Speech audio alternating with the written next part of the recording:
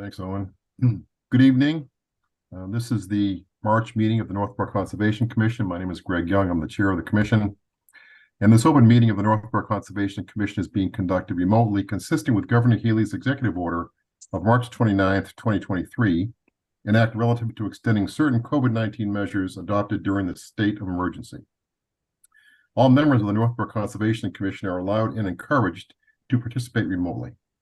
The order allows the Northborough Conservation Commission to meet entirely remotely, so long as reasonable public access is afforded so that the public can follow along with the deliberations of the meeting. The public is encouraged to follow along using the posted agenda, unless the chair notes otherwise. Members of the public who wish to view the live stream of this meeting may do so by going to Northborough Remote Meetings on YouTube via the link listed on the agenda. Ensuring public access does not ensure public participation unless such participation is required by law. This meeting will feature public comment. Members, when I call your name, please respond in the affirmative. Dan Clark. Here. Justin Dufresne. Here. Diane Gouldner. Here. Todd Helby. Here. Very good. Staff, when I call your name, please respond in the affirmative. Vincent Bignali. Here. Owen Jones. Here. Thank you. Some ground rules. For presenters and/or applicants listed on the agenda, the chair will invite each speaker or applicant on the agenda by name to make a presentation and speak to their application. Participants will provide their full name and hold until the name is called. Each speaker will be asked to mute their phone or computer when not speaking and to speak clearly and in a way that helps generate accurate meeting minutes. Those responding will be asked to wait until the floor is yielded to them by the chair. Speakers who wish to respond to the comments of others do so through the chair, taking care to identify themselves. Each vote taken by the commission will be conducted by a roll call vote. After members have spoken, the chair will afford public comment as follows. By phone, dial *9 to raise your hand and wait to be recognized. Please note that part of your phone number will be visible to those viewing the meeting. By Zoom, click Raise Hand on the bottom of your screen and wait to be recognized. The chair will ask members of the public who wish to speak to identify their names and addresses only. Once the chair has a list of all public commentators, the chair will call each by name and afford 3 minutes for any comments. A reminder that this meeting is being recorded and will be available for viewing via the Northborough Remote Meeting tab on the town's websites. Diane, are you ready? I am. Go ahead, please. Pursuant to Chapter 2 of the Acts of 2023, an act relative to extending certain COVID-19 measures adopted during the state of emergency, signed into law on March 29th, 2023. This meeting will be conducted via remote participation. No in-person attendance by members or the public will be permitted. To participate in the public comment portion of this public hearing, go to the Northborough Remote Meetings YouTube channel or the town website for Zoom information included on the posted meeting agenda. The meeting will include the following hearings pursuant to Mass General Laws, Chapter 131, Section 40, Massachusetts Wetlands Protection Act, the Northborough Wetlands Protection Bylaw, and/or the Northborough Stormwater Management and Land Disturbance Bylaw. First, application for a request of a determination of applicability, 0 Howard Street, map 4, parcel 3, owned by the town of Northborough, to repair and/or replace the Bennett Trail bridges, add a 50-foot bridge, and improve the trail surface. The work will be within jurisdiction of bordering vegetated wetlands, bordering land subject to flooding, 25-foot no disturb zone, the 35-foot no structure zone, and the 100-foot wetland buffer zone.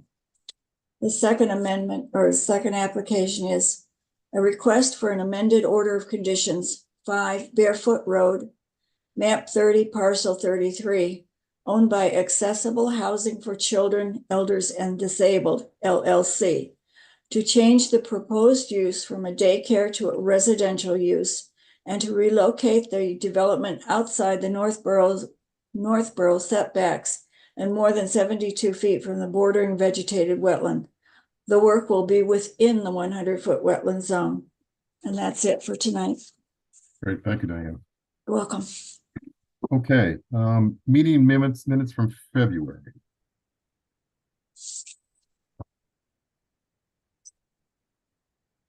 Any questions or comments on those? I had none. No? No issues? No. Vinny, these continue to be outstanding minutes, by the way. Good, So good. And Brenda is definitely catching on. she's got it. Then we need a motion to accept. I so move that we accept the minutes of the previous meeting. Second. Seconded by Justin. Roll call. Dan Clark, Yes. Justin Dufresne, Yes. Diane Goldner, Yes, Todd Helwig. I abstain.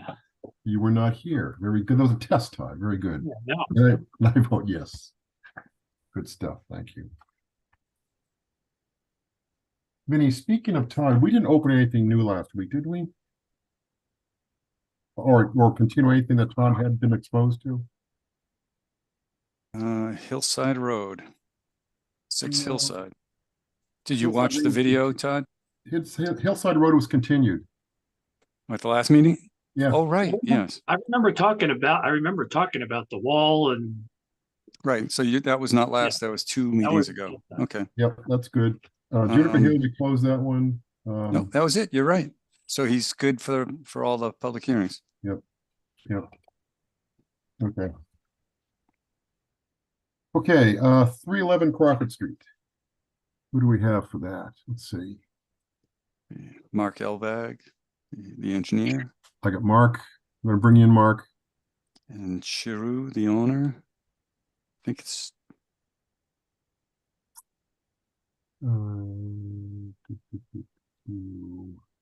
Mark will let us know if there's someone Yeah. else.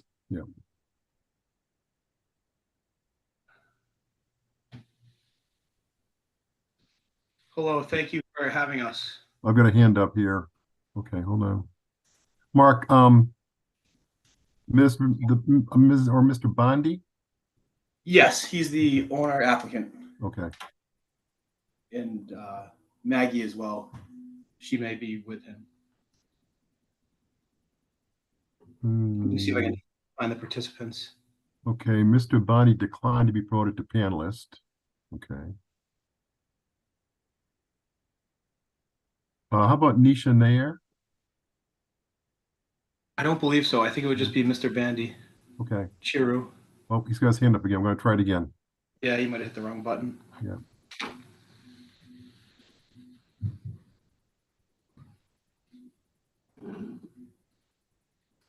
Okay. Hey, Mr. Bondi, I see you. You're muted. I'm going to ask you to unmute. Yes, yep. Can you hear me now? Yes, sir. Thank you. Okay. Vinny, where are we in this? This is a long-standing one, and we've been going around about stormwater design and calculations. And then I contacted the town engineer, and he looked at the plan and said that the requirements for a driveway opening permit are such that they're more restrictive than what we were working toward in the stormwater design. Their requirement is that no drainage go into the town road. So that is what I think Mark is here to explain or address. So let's see where we stand. Okay. Yeah, thank you, Vinny. So the main reason we're here is this has been on your agenda for quite some time. So we felt it was time and maybe prudent to give you an update on where things stand. And yes, as Vinny indicated, there have been some kind of developments in the permitting of this project that we would just like to present to the commission.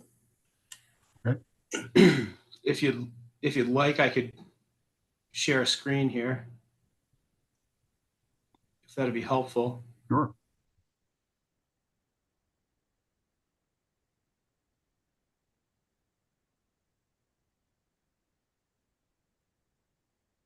So can folks see that? I'll zoom in a bit without, it might cut off the letterhead, but I can see it. this is the basis of the lot. That's a 50% zoom. So just to go back, we originally permitted, or this is the original plan set, just to kind of bring folks back to where we kind of came from. Okay, This is the original plan set. It's a single-family house to be served by an on-site well, private driveway, and on-site private septic system. The disturbance was right around 40,000 square feet, but we came into this project came into this permitting process because it's part of a bigger 4-lot A&R. The current owners purchased just this lot off of the original landowner that had divided this up via the A&R process through the planning board. So the original design has a driveway coming in. We designed somewhat of a long driveway to compensate for the slopes and the elevation climb that was needed to get up to the building envelope on the lot. We have the house in about the middle of the lot with the septic system in the rear, well in front, and graded everything towards this stone swale and a little velocity pool here before ultimately discharging to the street. As you can see, this entire lot is above Crawford Street. Everything does drain to the street. Currently, there is an excavation here about where the driveway is. And there's also this existing driveway just to the south that served the house that used to sit on this property. So this proposed house is not too far away from the existing dwelling. And this driveway is worth mentioning because I think it does pick up a lot of the offsite water above the site and also picks up some water from the site itself. We've designed this to minimize the water going that direction, but some of the above offsite water still does proceed that way. and Mark, that driveway is not on this piece of property, correct? Correct. That driveway is off property, but the house was here, but the almost entirety of the driveway is off the property. So this is our current design, or at least one sheet of the design set. We've done a few things. We've added some swales to take water from above the lot, kind of around the development area. We're mimicking water flow in this direction to the south down to that existing driveway. We're treating all roof water. I'm sorry, not treating, but infiltrating roof water in some oversized infiltration chambers. Those also account for some of the detention on the site. We have all the driveway impervious water going to a stone swale, which are then actually treated through 2 different storm scepter units. We've cut the flow in half to mimic existing conditions. We've about halfway up the driveway, we're putting water into the storm scepter unit. Halfway down, that is then flowing to this level spreader and armored slope, and that is flowing off the front of the property to mimic current conditions. The remainder of the driveway we're picking up in this lower storm scepter, and we're picking up as much driveway area as possible due to elevation. And this is going into this temporary sedimentation, or it's going into this kind of sediment forebay, if you will, before then ultimately discharging off the site to the east. So the whole site is above Crawford Street, and everything discharges from the west to the east. We are treating all impervious areas with the exception of what we can't capture at the very intersection of Crawford Street. And we are mitigating peak flow rates through various, through the chambers in the level spreader and various BMPs. So we thought we were on a pretty good track here, and we've gotten a bit derailed probably in the past week and a half, in that the latest kind of comment is that no water at all should discharge to Crawford Street. And the only way we can see doing this is potentially installing upwards of 500 feet of town drainage in Crawford Street to discharge to the south. So that's So we're here today for two reasons. One, to really update you on where we are, because it appears that we're not very near appeasing all the review comments. But we also wanted to let you know what our obstacles and hurdles are here in moving this thing forward. Mhm. I will say Crawford Street is currently inadequate in that there is no drainage. There are no drainage swales or shoulder swales along the roadway. Nope. So everything that flows out to Crawford Street is gutter flow. For the amount of traffic it sees, you know, it's probably not wide enough with no room for cyclists or pedestrians. So Crawford Street in general could use a rebuild and is in, you know, pretty inadequate for both drainage and function. And we're here before you today to just kind of let you know where we are. I don't know that the owner applicant will be able to take on a drainage project of that magnitude. We're still trying to work through maybe alternative options, but we are a bit stuck. And we are in need of a couple of waivers, you know, to get this thing permitted. I think this is the last waiver request from back in November, which relate to the development on slope. Mhm. And one relates to excavation below estimated seasonal high groundwater, both of which will need waivers for, you know, I think most of the site, if not the whole site, is greater than 15%. And in order to get a driveway in, we've had to propose a pretty good excavation here to get this driveway to come in with any sort of reasonable slope and grade. So I don't know if the commissioners have questions or if Vinny, you have anything to add, but that's kind of where we are in a nutshell. And we're a bit stuck. It's I don't know that the owner applicant has a construction mortgage to build a single family house. I think as of this July, they'll have to start paying full freight on the interest on the full loan amount. So they're at a point now where they're looking at, you know, alternatives, for lack of a better term. Okay. Vinny, what are your thoughts on the waivers, the two waivers that Mark presented? Well, he definitely needs them waived because the site is very steep to start Right. with. Right. And the other big one is that he's cutting upwards of 12, 14 feet in some areas along the front there to get that driveway to be a reasonable slope. And even still, the driveway is, what is it, 12% or so, Mark? I don't remember off the top of my head, but yeah, it's a steep driveway. So it's not like he's trying to make a flat, easy driveway. He's climbing hard, but it's a steep downgrade right out into Crawford Street. We were in the process of trying to get all the stormwater stuff addressed, and he's made good progress with that.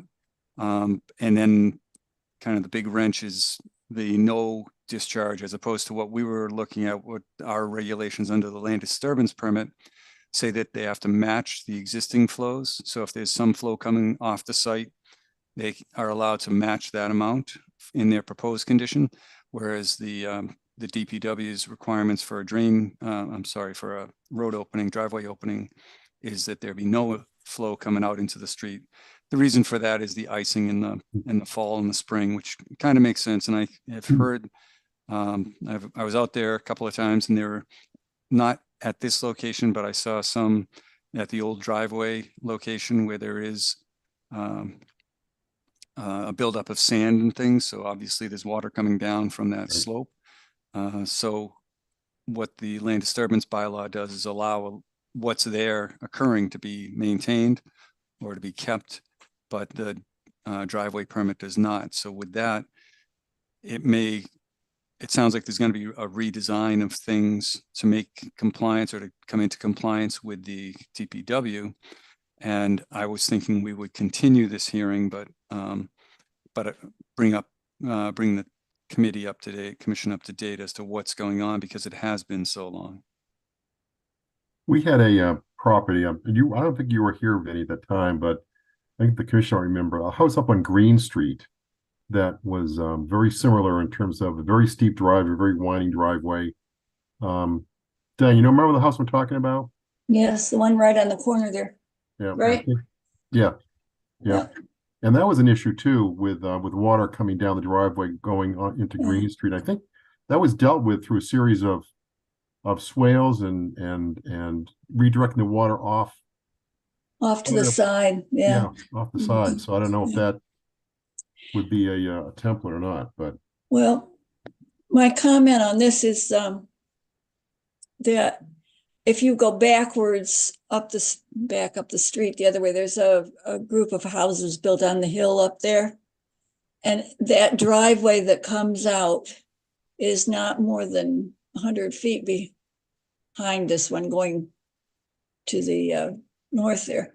And it always has a puddle at the end. So and the fact that this road is exceedingly dangerous. You don't go down it without your foot on the brake and keeping over to your side of the road most of the time. And what makes it even more fun is early in the morning, people walk their dogs or ride their bicycles, and then you have to account for them.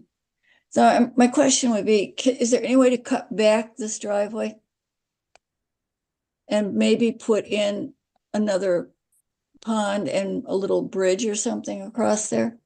That asking for too much? It's a little bit of a balancing act, because if we go shorter on the driveway and closer to the road, we have less distance to climb elevation. So so as you go closer to the road with the house, the driveway then becomes either too steep, or you would have to stop it well short of the house and maybe incorporate stairs into the design to get up to the house. Is kind of the balancing act, and we've taken it up to the top of the hill just to allow for a turnaround and an actual connection to the house. So it's in the realm of possibilities, I guess, is the answer, but it's certainly not a great alternative. Well, I will just add, it's pretty typical for what is already out there on Crawford Street. yes.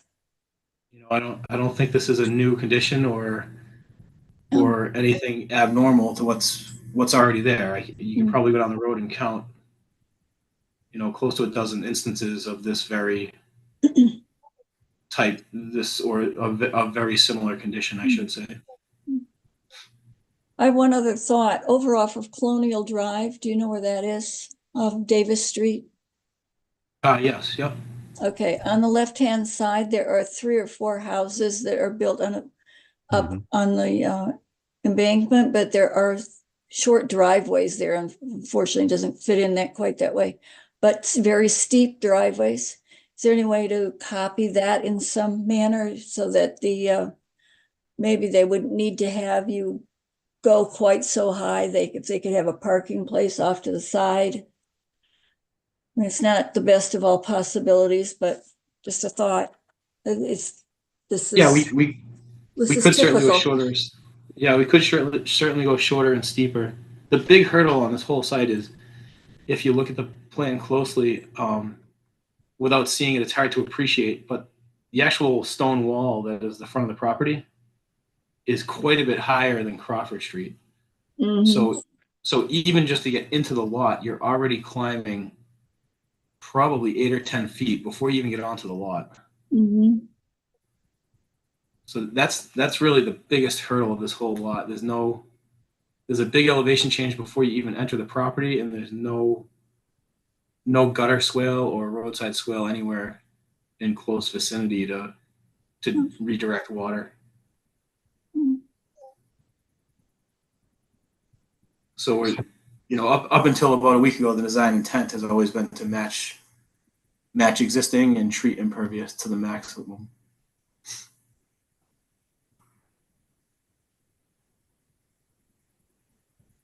Greg, I Okay. have a question and a couple comments, I guess. Go ahead, Justin. First, Vinny, so the driveway permit from DPW allows no water to flow onto the town street. It's written that way. I just don't see how that could even be possible if you have any lot that sits any bit above the roadway. Like I think of there's a commercial development going in on Barefoot right down the street from me. I know their driveway, at least the bottom portion of it, drains back onto Barefoot.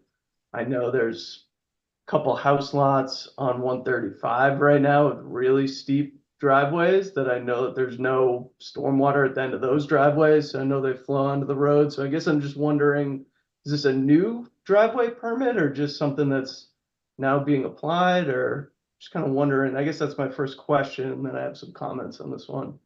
But I guess the driveway permit's out of our purview, no matter what that is. But Right. Well, in response, I emailed the DPW director and asked that question, and his email was crystal clear.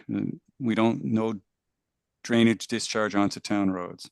And I said, because I asked if they can match the existing and right. kind of what the land disturbance permit said, and he was clear. It's interesting. So that would mean that no driveway can rise from the road. Or, well, it can rise, but then have a little low point or like a little bump. So it kind of goes and then goes up built in, or a trench drain that then would discharge, which is one of the ideas that Mark has come up with on this. That goes across, because it's not so much the big storms that they're more concerned with on this. It's just the spring thaws and the fall thaws. Okay. Where it's the water coming out and freezing on the road. And I'm not sure. I also put a request in to ask if, because the original comment was basically large diameter town drainage and 500 feet of it. So I've since asked about a week ago if we could do something maybe that did not meet town standards, that just was a gutter drain type curtain drain in the gutter on the shoulder, and maybe even bring it to the north. But I haven't gotten an answer back on that yet. Yeah, something like that seems like it would work well, somewhere in between, maybe between that stone wall and Crawford Street, kind of something small in there. I know it's kind of downgraded into that stone wall, but I do feel like having that stone wall helps to protect some of the site too from flowing directly into the road, which is kind of nice. And just a couple comments. I know as a commission we've had a couple of these kind of long driveways that wrap up. I think Greg, you mentioned Green Street. I know that one. That was probably the one that we had, I think, concerns with during construction, right? There kept being issues and they kept leaving the site and everything. So I think construction is a really important part of this whole plan. And I do see, like a couple temporary sediment basins, which are nice on this one, and a couple of those features that I think would really help. A stockpile area that has, silt fence around it, things like that kind of didn't have as much of that on that last plan, and was certainly an issue during construction. So I appreciate some of that stuff being on this plan. And I would say that for a single family house lot, just as an engineer, this one has probably, more stormwater features than I've seen, on a lot of different single family houses. So I appreciate, where they have steep slopes. I see that we have erosion control blankets, which is great, to really control things. And then, the whole roof's going into infiltration. So it kind of takes that out of the equation. And then the driveway with kind of the swale running all the way along it with a couple locations where it could discharge to different areas, I think will really help. Certainly stormwaters from a water quality perspective, isn't usually required on a single family house lot, but I think having them, certainly benefits, the town and the project. So, I mean, for me, it just seems like, we have an approved lot here. So we have an applicant that's doing, you know, a substantial amount of stormwater work. You know, and I think there's maybe a couple little issues, maybe kind of along this roadway. You know, if we could solve kind of along there, you know, it might not be your typical design, but I feel like they're making a lot of progress and taking into account a lot of probably what the comments have been over the past couple months. Just seeing where the design was originally to where it is now, it looks like there's been some significant improvements here. So just kind of overall, just kind of wanted to make the statement that stormwater looks like it's really a focus of this single family development, and appreciate that because I know it's going to be a tricky one to kind of deal with out here. So kind of more, I guess, more of a overall comments than questions, but you know, just in my mind, it looks like they've really kind of taken into account a lot of the comments that have come in. Good, good. You all set, Justin? Any more questions you had? Nope. But Mark, and just to raise something, it seems like there must be some sort of answer to the water that will come down to the end of the driveway, other than 500 feet of drainage. Maybe, I don't know, like if it's a catch basin with some sort of pipe, you know, French piping going down there or something. I'm not an engineer, but it seems like there's some sort of mitigation that should be able to happen there. And I guess that's what you're looking at now. Yeah, Yeah. that's where we currently stand, and that's been, you know, the highlight of this whole design is that if we do put in any sort of structure, there's really nowhere nearby to discharge it. So we could look at dry wells, but during times of the year, the dry well might be well into the groundwater table. So that's how we ended up with drainage in the street right away, which then kind of pushed us onto this 500 feet of town drainage, which kind of breaks the back of the project. So we're a bit stuck, but we could certainly look at a trench drain and maybe a stone infiltration trench at the bottom, just with the caveat that we might have difficulty finding a discharge point for it at daylight. Yeah, and this one, come to a couple of the high points of the problems are that the groundwater is about 3 to 4 feet down. And so when you're cutting in the driveway to go down 8 and 10 feet just to get onto the site, you're already in the groundwater. So that discharge location, oftentimes it's used, is going into the ground. You don't have it because the water is going to be coming out, at least for the first few years. The other alternative that was discussed and was encouraged by the planning director and the town engineer was to do a common driveway here, to kind of retain the existing driveway, do some improvements to that, and then have a couple of these lots tie off of that common driveway. So there's one location, and it gives you a little more space to work with, so that, like, where the road is proposed to be, or driveway is proposed to come in on this site, that area could be used as a more of a stormwater basin area when the existing driveway that's there is improved to meet whatever standards are needed to be a common driveway, so that you get a little bit more space to work in these treatment devices or treatment practices.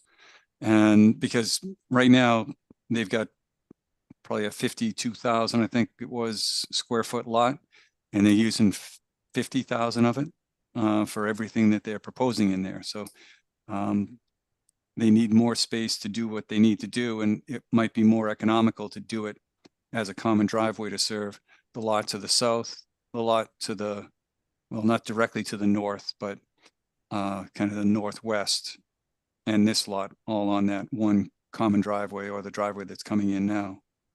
But that's something that I thought was going to be evaluated by the prior owner. We did chase that option. Yep. We've had conversations with the owner to the south, and it just really isn't a viable alternative at this time.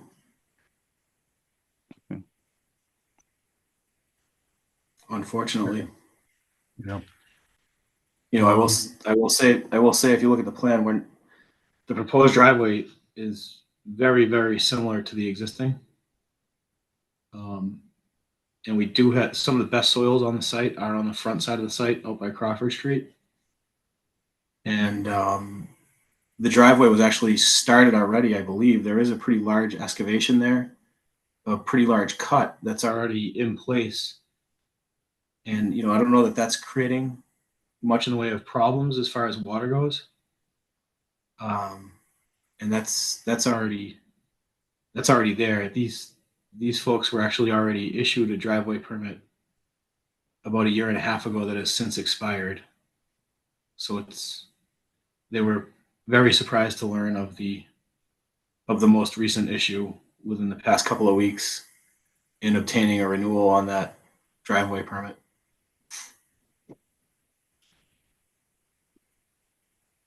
Is that for the existing driveway, Mark? No, they actually sent it to me. It was before I got involved. I have it here. They were issued a driveway permit in, I have it here. Hang on one second. Let me check the date just so I'm telling the truth here. They were issued a driveway permit in August of 22. Okay. The end of August.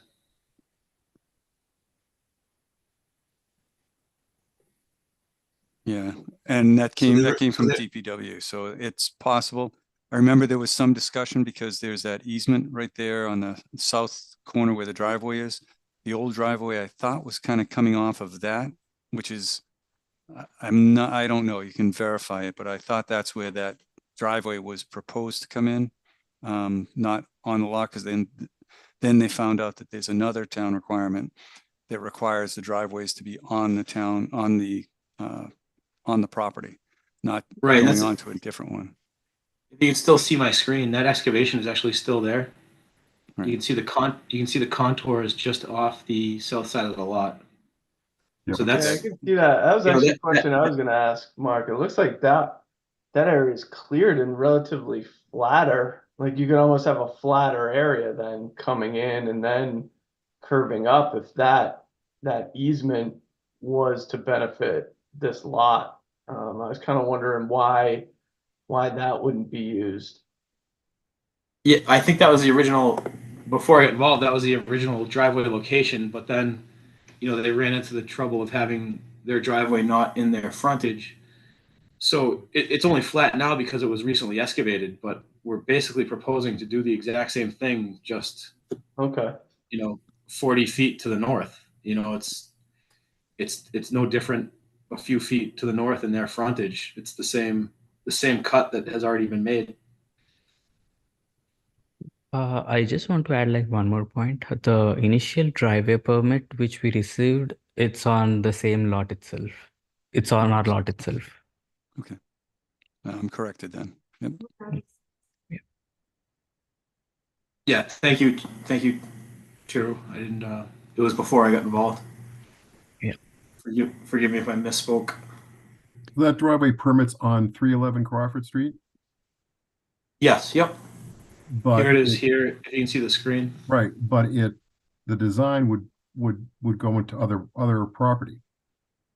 No, the owner corrected me and said that it was on the lot, because this started right when I was starting here, so a lot of things were in the air when I jumped in too.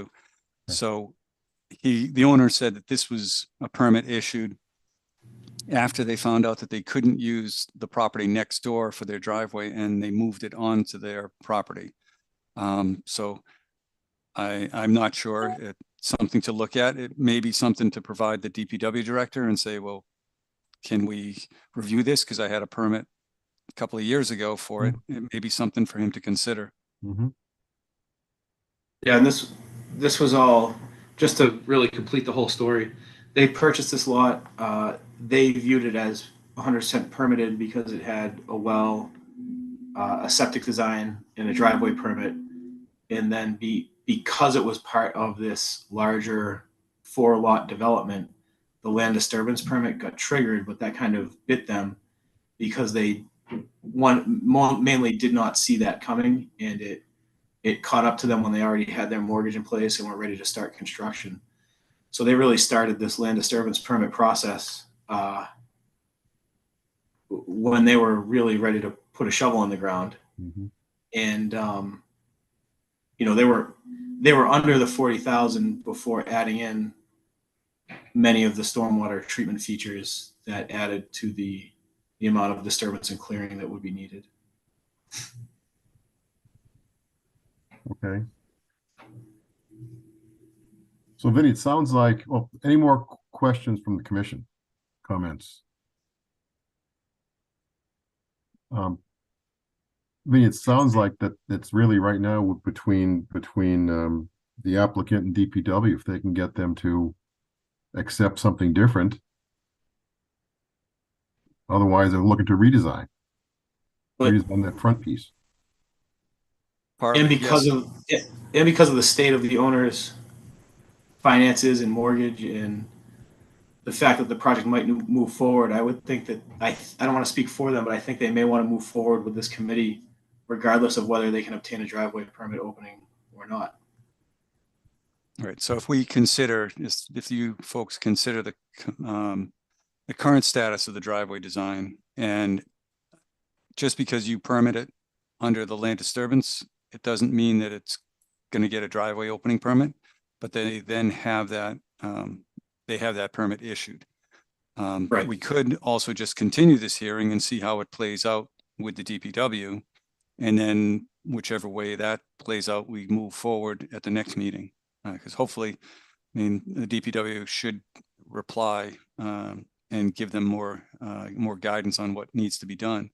But my hesitancy for closing the hearing is that then you're going to get a new owner who has no idea what they're getting into, and everything is said to be permitted without the driveway permit, and it may turn into a big mess if the driveway permit does not allow them to use the approved design. They'd have to come back to the commission for an amended application.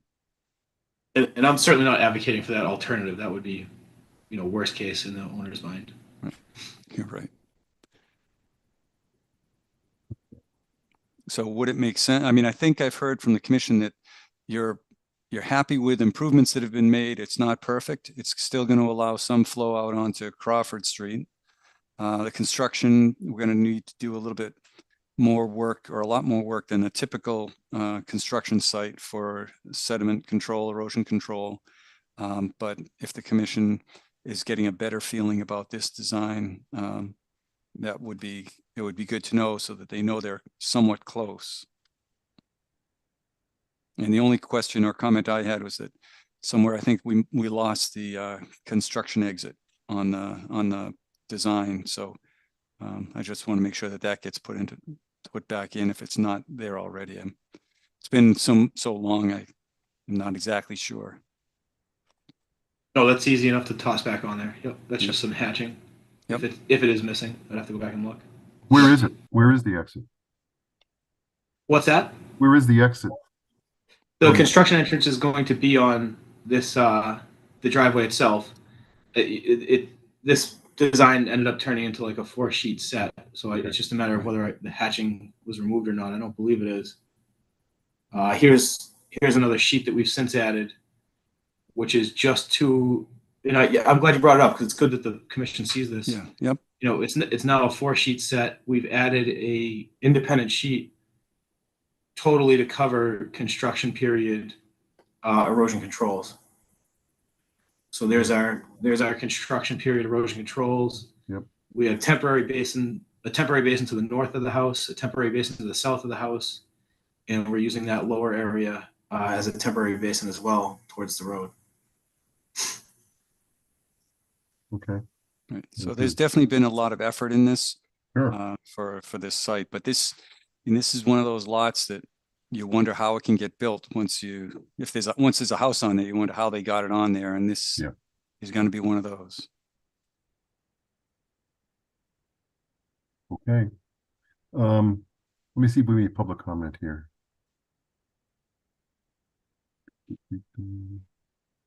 I don't see any hands up. No, I don't see any hands up. So Vinny, we're looking to continue this to next month and hopefully get some resolution from the DPW on what may or may not work. Yes, that's what I would recommend, if, as long as the applicant is okay with that. Yeah, and I mean, there are these two waivers from November, as long as we get some sort of nod that these are at least going to be considered by the commission, because these are waivers that we certainly can't overcome, no matter what we do engineering wise. I've just brought those back to your screen. Yep.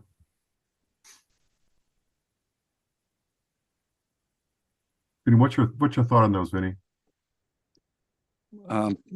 As Mark said, it's one of those things you can't overcome. You're in the groundwater, so that's one of the recommendations, which is a good recommendation in the land disturbance permit or the regulations. You don't want to be in there, but on this site, there's no other way to do it. And the whole site is more steep than where they say they don't want you to build. So if they're going to build on this site, they're going to be on a steep site and in the groundwater. And if that's something that the commission is willing to entertain, then we move forward. If the commission knows that we don't want that, then I think we need to let them know. But he is doing a lot of engineering and Yes. practice implementation that should address the concerns as best as possible, but it's still a lot of water coming off a steep slope. Well, let's talk about that briefly here then from the commission. What's the commission's, what's the feeling now about these two waivers as Vinny explained?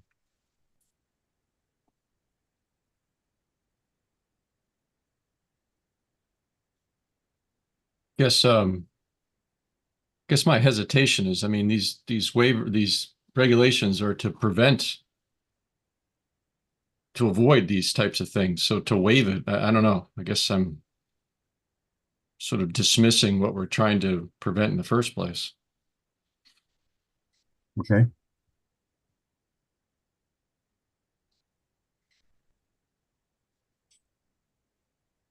Any other comments? How many changes has this been for the times that we've seen it? For the driveway and all that? They've revised plans, I think, original plan, and then one, maybe two revisions. A 3 or 4 range, depending on how you count it. Some of them blended together. Right.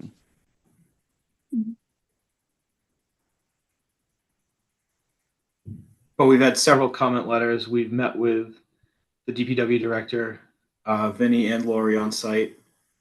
I've since met with Vinny in his office, and we went through the plans with a red pen and just kind of brainstormed everything we could possibly do to make this a buildable lot. I guess that's my hesitation. Maybe this just isn't a buildable lot. You know, it seems like we're really trying to force it to be something it's not.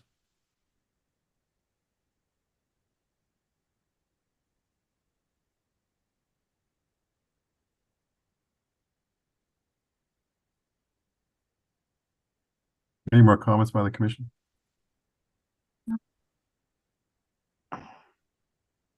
So I guess I'm I'm on the fence.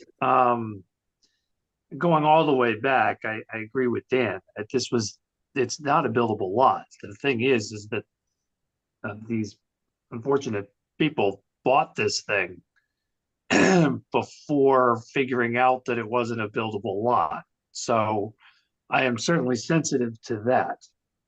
The other thing that I'm looking at is, I perhaps shouldn't feel this way, but they aren't really violating wetlands things, right? It's stormwater things, which I don't know, something about that just seems a little less important or can be solved through engineering, which is leaning me towards allowing it. Okay, fair enough. All right. I think I'm kind of in a similar camp to Todd. I feel like it's, it's a stormwater, really a stormwater bylaw that brings them into our commission right now. We're not really protecting wetlands like we are most sites. And I think, for us, it's really looking at that stormwater, making sure that, existing peak rates are the proposed peak rates that are coming off the site are matching the existing peak rates that are coming off the site, which it appears that they are. And the applicants worked really hard on stormwater related things and construction phase kind of protection of the site, which is, I think, really what our focus needs to be. And I think, some of the other pieces on it, I think it's a tough site. It's a tricky site to deal with, but really our focus is stormwater. And if they're meeting kind of the intent of our stormwater regulations, I'm okay with it. I know that these waivers, I think it's, one of them says, shall be designed to avoid disturbance. Well, on this one, we can't avoid the disturbance of a site that's 15% or greater because the whole site is. And the other one is, minimize dewatering of the soil by grading. And I think,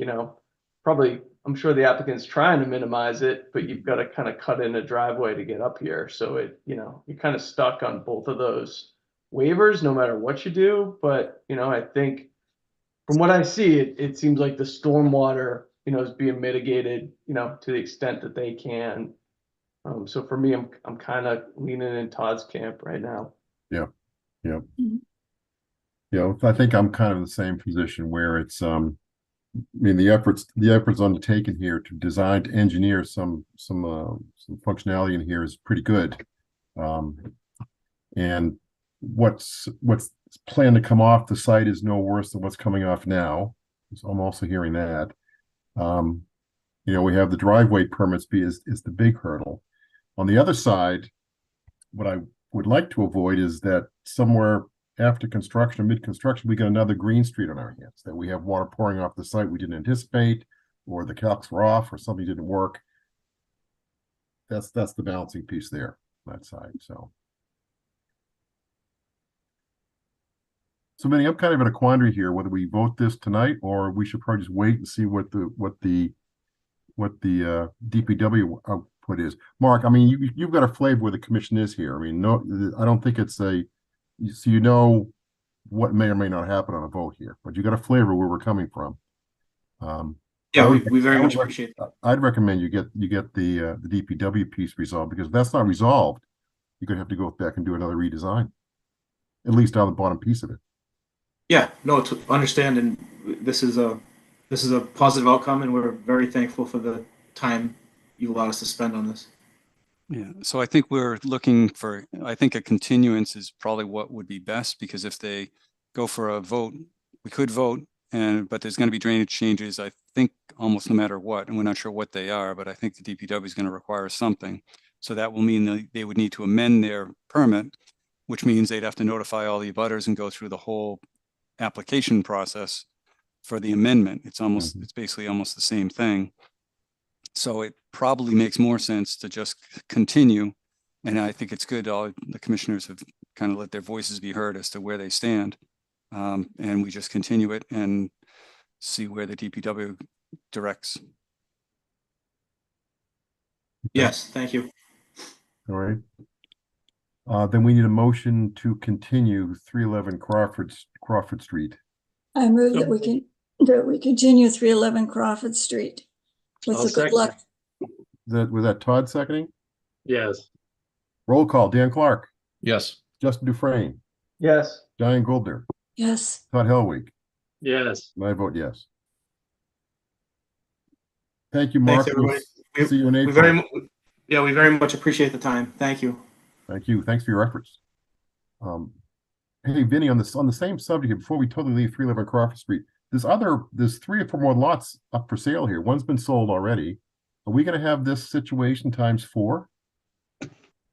So far, I think we're going to have this situation again, because I just heard from Cornerstone Engineering saying they want to, or they were going to be doing some design work for 317 Crawford. which is the one just to the north.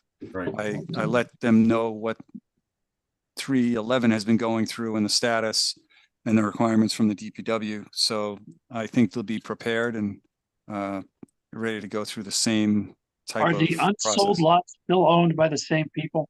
No, they're all, the only one that is owned by the original owner is the one to the south. The other 3 lots have been sold. But again, they are just A&R lots. It doesn't mean they're buildable.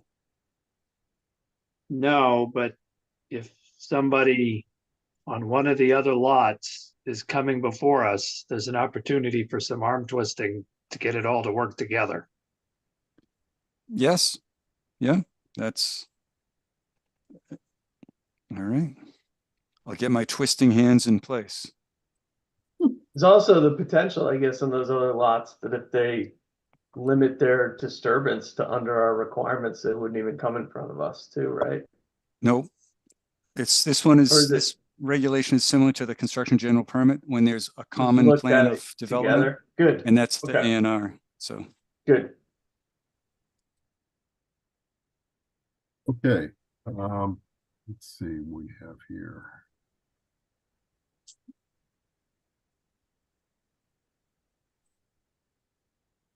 All right.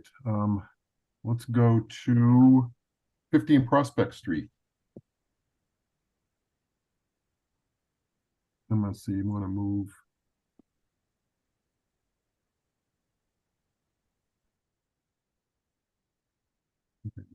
Thank you, Owen. Prospect Street, 15 Prospect Street. Who do we have here for that? I see no hands up. Vinny, you're muted. Oh, I got it. I see. I've got a Jonathan Colette Haley Ward. okay, yes. Yeah, he's the engineer, and maybe Glenn Kravosky or James Simpson. Okay, Jonathan, I'm bringing you in. I don't see anybody else with those names.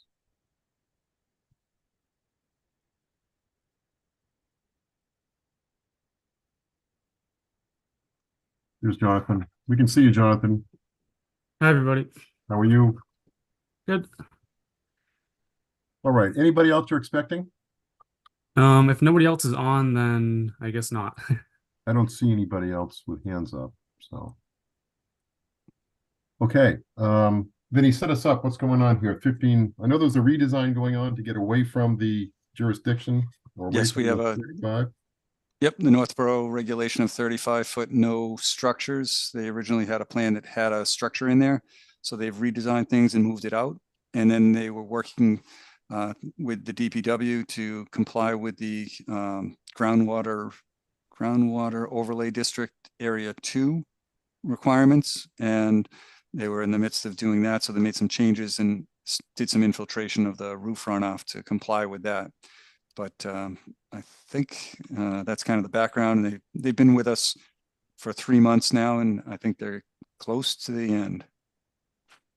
Okay. Are you close to the end, Jonathan? Hopefully. Okay. Do you have a plan, or do you want me to pull it up? I can share my screen, or if Yeah. you want to, whatever's Oh, easier. Okay, go to it.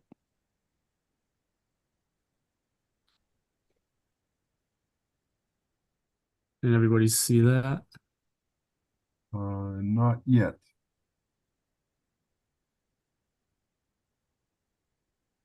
Yes.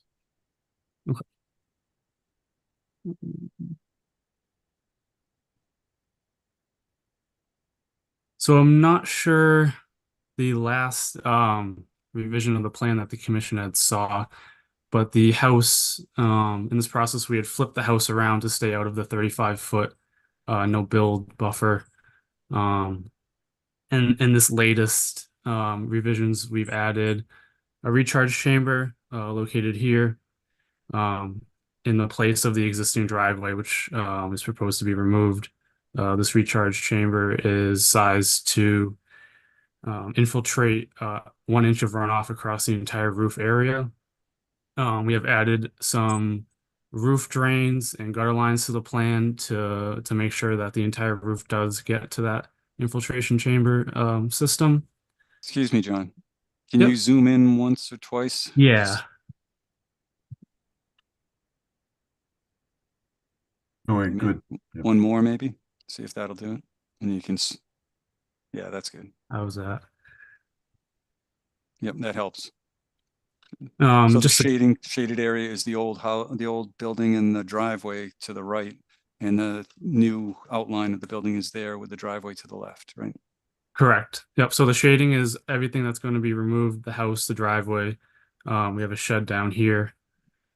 And then Is the shed going or staying? it's going to be removed. Okay. Let's go back up. And so then this is the outline of the proposed house. And then proposed brick paver driveway on the left side of the house off of Prospect Street.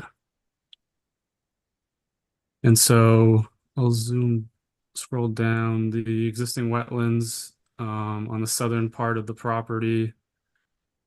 This is the shed that's being removed. We have a fence line here. We're proposing to connect the fence line to continue it through the removed shed. We're proposing 5 wetland signs to be placed along the fence and then up in this area near flag 7A. There's a fence there now, right? The fence is going to stay? Yep. So yeah, this existing fence is going to stay. We're just going to connect. So the fence kind of goes into the shed and then exits the shed. And so when the shed is going to be removed, we'll just connect the 2 ends of the fence through through where the shed was.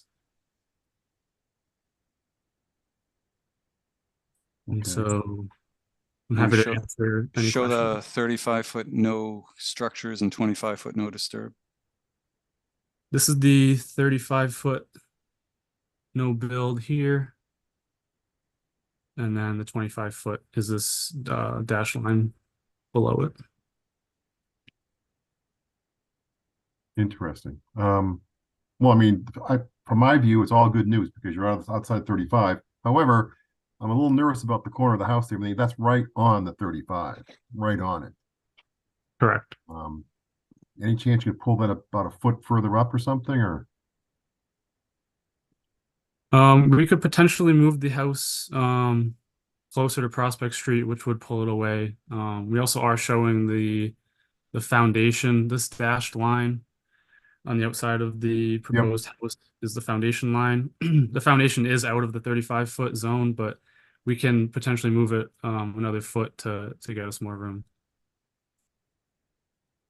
I just get nervous when something's right on the 35 because things happen, right? And Absolutely. that's just my comment there. The other comment I have is from the back of the lot when we looked at it. Vinny and I walked it last week. We're looking to get some cleanup done back there. Yep. Roughly, Vinny, roughly inside the wetland flag area, right? As it's there, like with 6A, 5A, and 3A inside. Yes, right. There was it looks like dumped potting plants, some old cans, a fence, a whole bunch of material. And there's a new note that was added to this since that was one of the commission's comments. So they revised and added a note that the areas would be cleaned up of other materials and seeded. So they plan on doing the cleanup work that is needed. And Glenn Kravosky, their wetland scientist, is going to be monitoring the restoration work, the reforestation. So he's committed to making sure that anything that's not supposed to be there will not be there. Okay, good. Yeah, my last comment is that I think 5 signs is a little bit of overkill. Would probably be a record for the amount of signs we've had from that. I'm thinking maybe 2, 3 tops. Yeah, but this one I agree. You see the wetland goes up on the west side, on the left side of the picture. The wetland follows that fence line. So he's got a sign up there to kind of make the mark of that, the beginning of that 35-foot. So, and then coming back to the corner makes sense. And then one more across the middle the wetlands don't extend more than halfway across the lot, left to right. So I think we can cut down the number of signs, but that's just, the town has the signs there for $25, so Yeah. that's fine. Any questions, comments from the commission? Looks reasonable. Good. It certainly is an improvement from the first time through. And the commission is going to recognize that there's alteration within the 25-foot setback, and that's going to be limited by what that existing fence line is. And the owners or the property owners will be limited by the current fence line. Vinny, my comment about that corner being under 35, is that a frivolous comment, or are you good with it as it is, or are you? No, they were a foot or under a foot closer on their first design. That was one of the comments that I made. So they've slid it over to incorporate the idea of the footings underneath the foundation wall, because I told them if we measured 35 to the foundation wall, they're going to have to dig up the footings and keep them out of the 35 foot. So the incentive is there. They know we're going to be measuring. And so they said they're going to keep it out of the 35 foot. Yeah. All right. Any more questions from the commission? Let me take Just a a look. statement that I'd just be careful about that tiny little bit of driveway that looks like it's going back onto the road. Whether or not your DPW driveway permit, just where that 303.2 and then there's a 303 contour. So it looks like a little bit of the driveway might drain into the road. I think you'd be okay though. All right. I may not let that one go, Vinny. Yeah. Okay. Justin will always have a comment on no matter what the design is about. That's good. Keep Drainage me on my out the road. toes. There we go. All right, let me see if we have any public comment here on this. I don't see any hands up.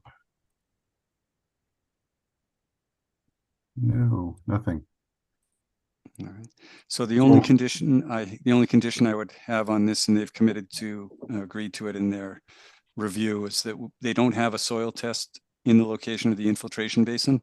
Yep. But based on the soil tests that were done for the septic system, which is right next to it, and the soil maps, it all looks like the great sandy soil. So they're going to do the test before they start the work and make sure that it is the soil that we think it is. Vinny, was there any replication here in this one?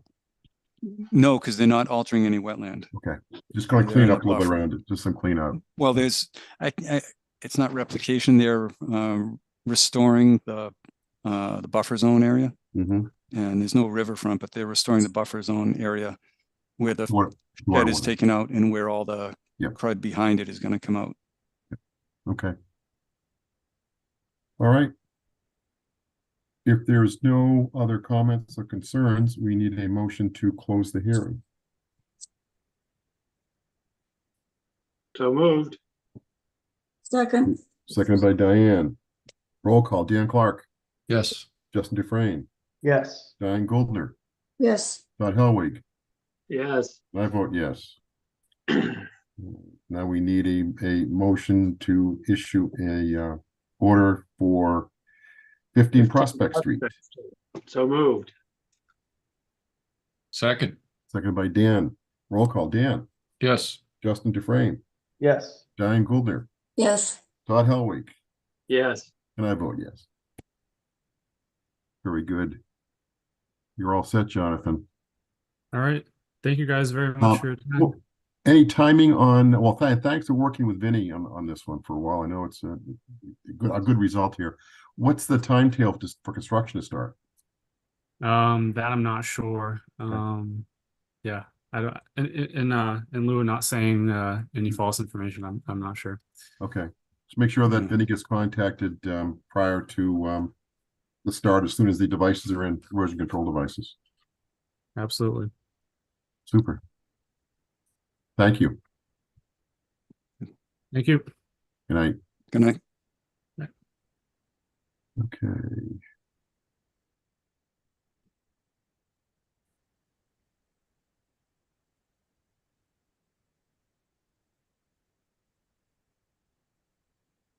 All right, 6 Hillside Road. Let's see, we've got Zoe. We'll bring you in, Zoe, as a panelist.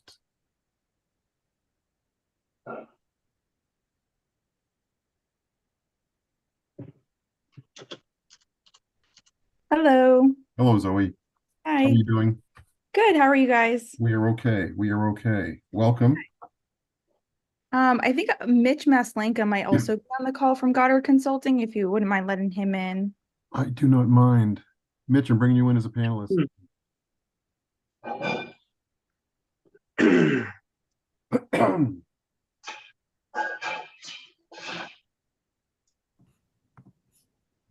All right. So, Hey, Mitch.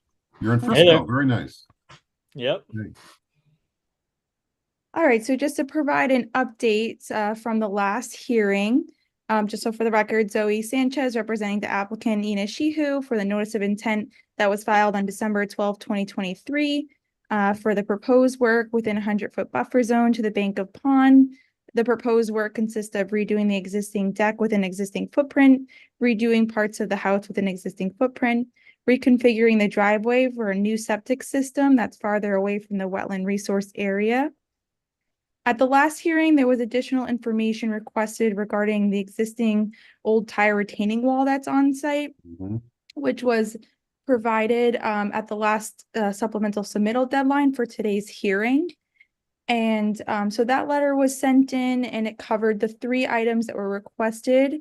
One being confirm the extent of the tire retaining wall, in which we can confirm that the tire retaining wall is accurately shown on the plot plan. And the second thing was wait to hear from DEP.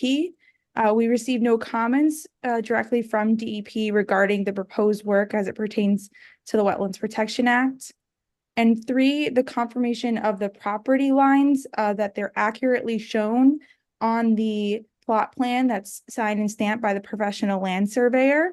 So the professional land surveyor did provide us a letter stating that the property lines are accurately shown based on existing monumentation, and also stating that the tire retaining wall is mostly off-site with the except a small portions, I think 6-foot portion that sticks out encroaching onto 6 Hillside Road. You know, that portion of land in the pond, I know there was questions about who really owns that. And that would go along the whole edge of the pond in the neighborhood now. And we looked on the assessor's map, and it's not a clickable parcel to see who exactly owns it. And the professional land surveyor also is not able to confirm, but we do know that it's off-site of 6 Hillside Road.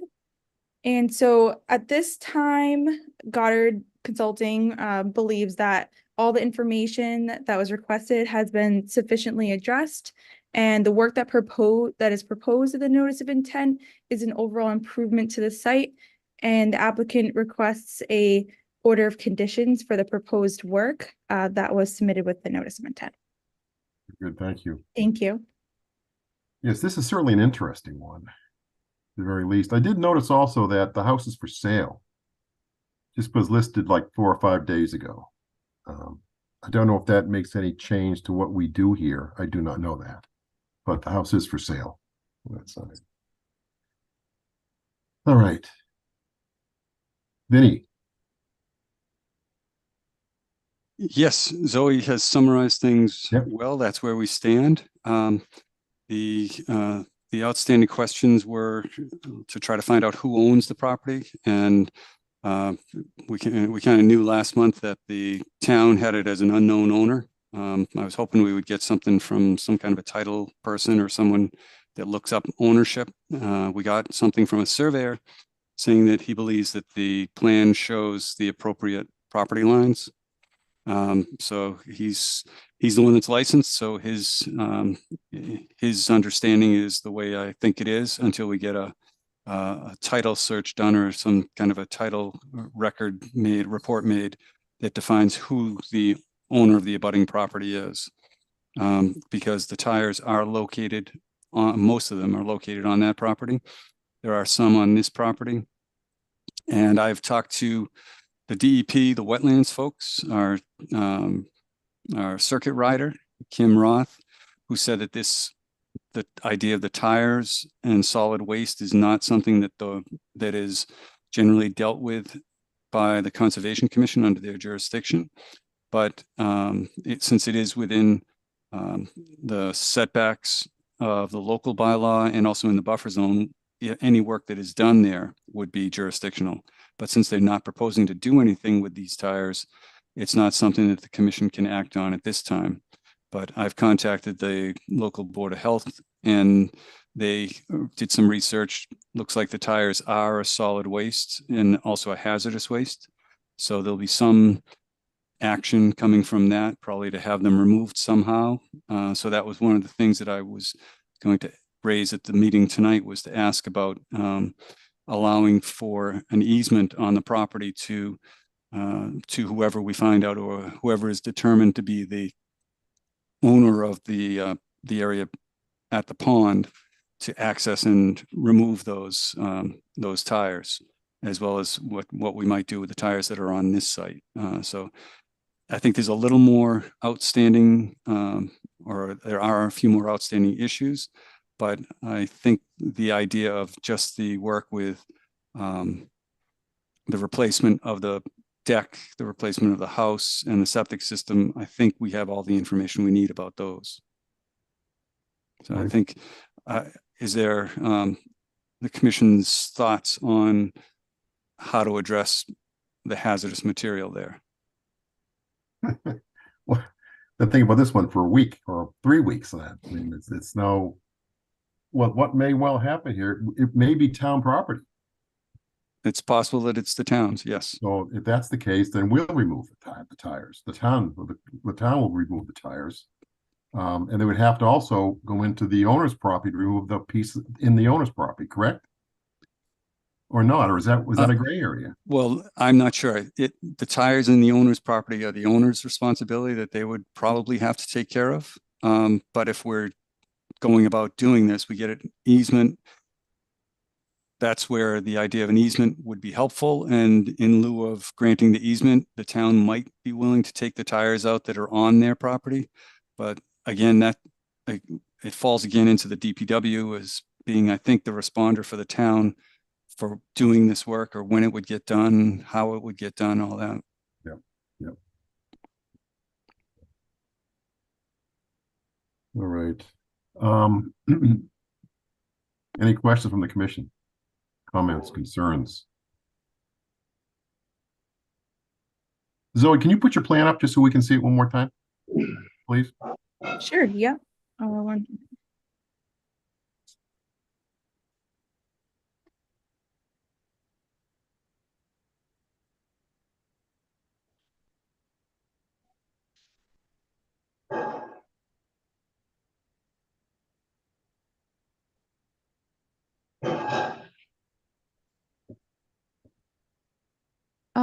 Is it up now? It is. Yep. All right. Can you make it a little bit larger, maybe one click? Oh, that's pretty good. All right. Can you drop it down a little bit, maybe, so I can see the edge of the water? Other way. There we go. All right. All right. So if I recall, you're staying within the existing footprint, right? Sorry, what was that?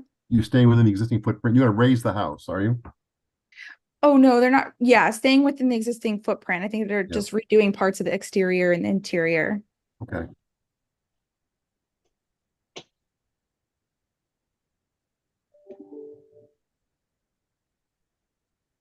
But all work, yeah, is within existing footprint. Yeah. Yeah.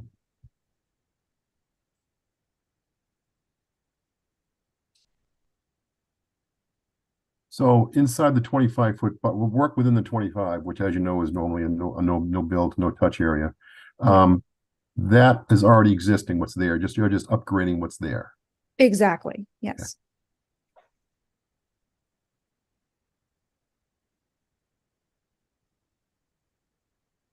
Commissioners, Comments, questions? Where are the tires again? Where are they? Yes. It's, I'll zoom in really. So see this piece that sticks out? So it follows down and around here, basically along the bank, All right. ends right And so here. the surveyor is not really saying who owns that piece. They're saying that most of those tires are not on our property or your property.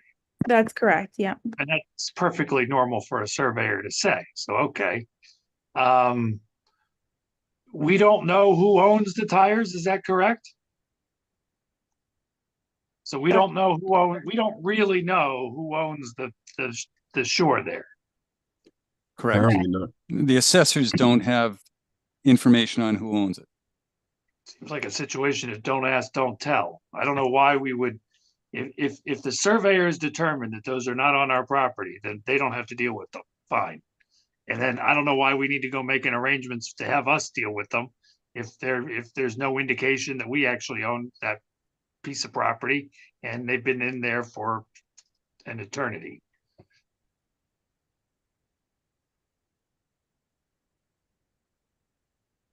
Well, I think part of the initial reason, Todd, was when we first saw the property, we found this waste hazardous material sitting there against a water body.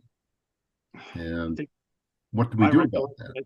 My recollection of that hearing was that one of the things that we decided was it was going to do a lot more damage to take those out than it was to leave them there. That's a possibility. Yes, that was said at the meeting. We weren't sure whether it was even an impact or what the issues were. So that's when I contacted DEP, and then the response was that it was a solid waste. And then the local Board of Health replied today that it was also a hazardous waste or a hazardous material. Well, I mean, all right. So I guess my point is I don't know why we can't just approve this thing. I don't know why we have to deal with that other thing at all. We don't have the information. Right. You can. That's a question. You can review and close and approve this if you wish. If that's the way you want to go, I think what we would need to do is have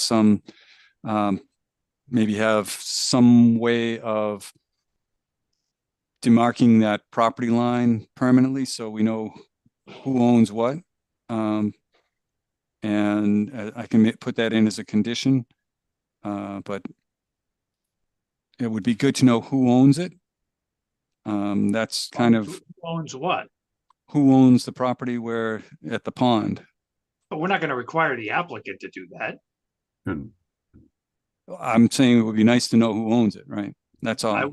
I agree it would be nice to know, but we're not going to require the applicant to figure out who owns the next door property.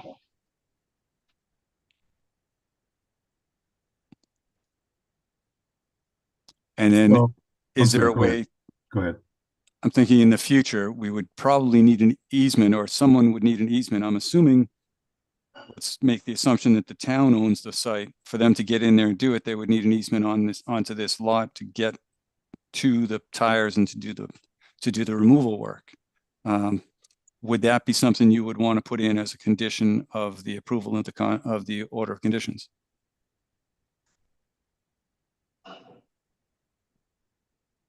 Is that the only way can you get to them from the water side? Oh yeah, you can go in from the water, but you'd be in a boat to access it. You can't go along the properties from the boat access area that's off to the west of this, south of this, actually, southwest. So if I may, Mm-hmm. I think the applicant, we did discuss this potential, and he would be happy to allow temporary access to the property. Maybe not an easement since that would need to be on a deed and such. But definitely temporary access would be totally fine. That's good. I think seems reasonable. Yep. Well, that's good, but it's only that's what the current owner says. Well, I suppose, and this is not the ideal way to do it, but I suppose if you put it as a condition of the order of conditions that, and if required in the future that the town of Northborough requires access to the waterfront to remove the entire retaining wall, they shall grant that access. It's like a condition, the temporary access is a condition to the order of conditions. Yep. It doesn't affect the deed like Zoe said. So. Well, it'll be on it'll be on the title because it's in the order of conditions. Okay. That sounds reasonable. Also, the idea of delineating the property line, you thinking like some sort of fence, Vinny, right along the line there? That's what I was thinking of. Usually what we have is like on the last one we did, we had a fence, and it was already there. We just had them connect the section that was going to be missing once they removed that shed. And then we put signs on the fence. So I was thinking we basically do the same thing here along the property line. Well, split rail What- fence of some sort. Why are we doing that? So that we don't get impacts into the 25-foot no disturb zone beyond what's already allowed. Okay, so it's a yeah, I mean, because we ordinarily don't require people to put up boundary markers just for legal boundaries, because that's, that's what the registry's for. But if Right. it's delineate the 25-foot, that's fine. Right. Well, it doesn't quite delineate the 25 because it's only 10 or 12 feet off the actual wetland. So I think the commission would be giving a little bit out of the 25, and then that way we're acknowledging, or you're acknowledging, that they're allowed to go into the 25-foot no disturb by whatever the 12, 10, 15 feet that's on the plan.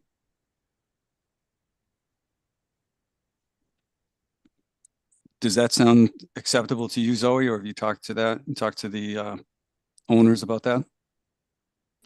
So this is Mitch Maslanka. So with Goddard Consulting, wetland scientist. So with the property delineation, I don't know if that would be entirely reasonable to add as a special condition, especially in like perpetuity, to have someone have a fence along their property boundary.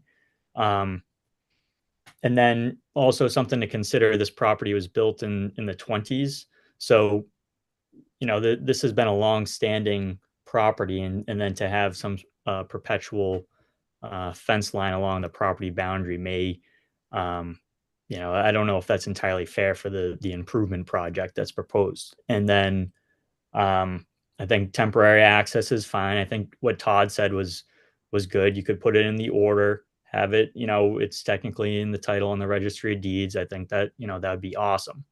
And then, they could do the tire retaining wall removal, take it off site, and then call it a day. And then with the fence, I don't know if the fence, would be serving any benefit to, wetlands protection, with the pond being there and then adding the structure of a post and rail fence 10 feet away, who knows what kind of impacts that's going to have. So I think straying away from a proposed fence at the property boundary would be more ideal.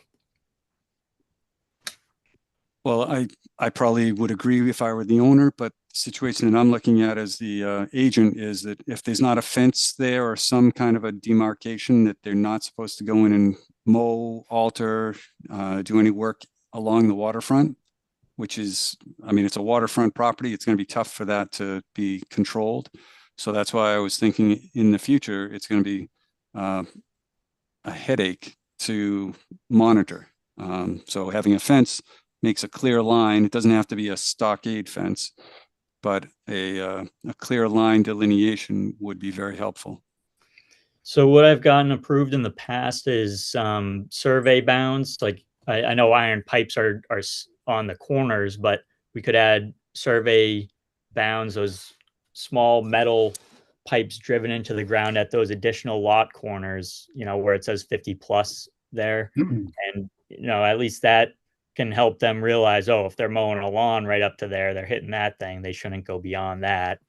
And what I've experienced in the past with post and rail fences, or just fences in general, is people love to take their yard waste and just huck it over the fence.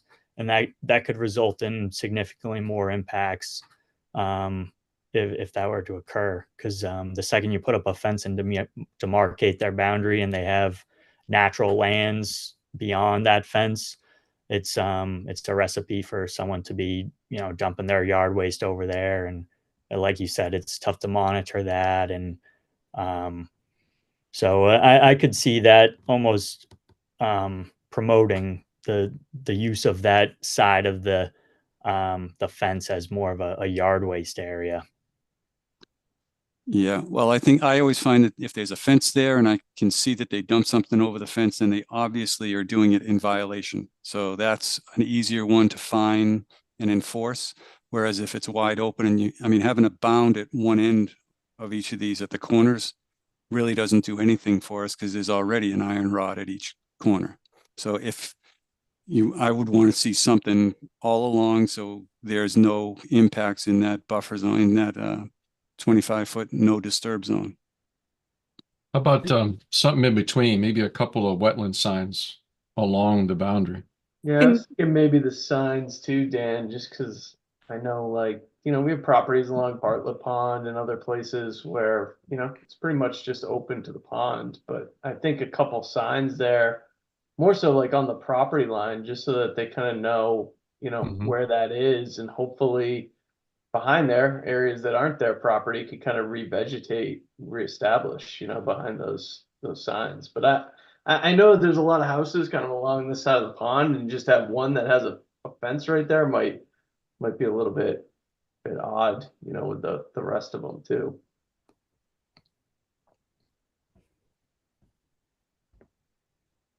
Just to throw one more option in here on the fence side, if you remember, Mark Arnold did this, I think, on West Street, Vinny, the house when we had the that large home on West Street. Oh, Fisher Street, yes. It was like a 2-foot high fence. It was like wasn't a full 4 foot. It was a short fence to delineate. That'd be an option too. A shorter fence. Yeah, I think it's either of those options. Signs, I think, still help, but be aware that the plan is a 1 to 10 foot plan. So a sign at our typical spacing of 25 feet, which we used over at 75 Ridge. Those are big lots, 3-acre lots. So every 25 feet makes sense here. That's maybe 2 signs in that whole stretch. So just so you know the scale for what we're working with, because I think a couple of signs would be more obstruction than a small short fence, personally. But it also comes up pretty close to their proposed new deck as well. You've got that area where the proposed erosion control is, sediment control fence is. That's all within the 25-foot no disturb. But it's up to the commission, whatever you want, and we can put in the condition. I can put in the condition. All right.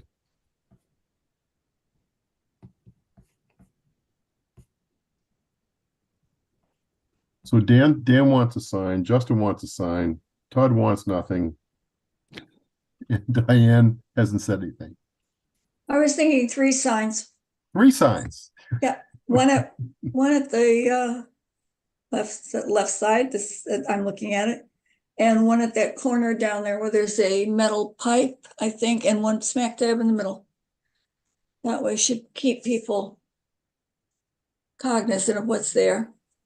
And you could always encourage them to put plantings in there too. Put the signs and the plantings together. All right. So sign seems to be the preferred option from the commission.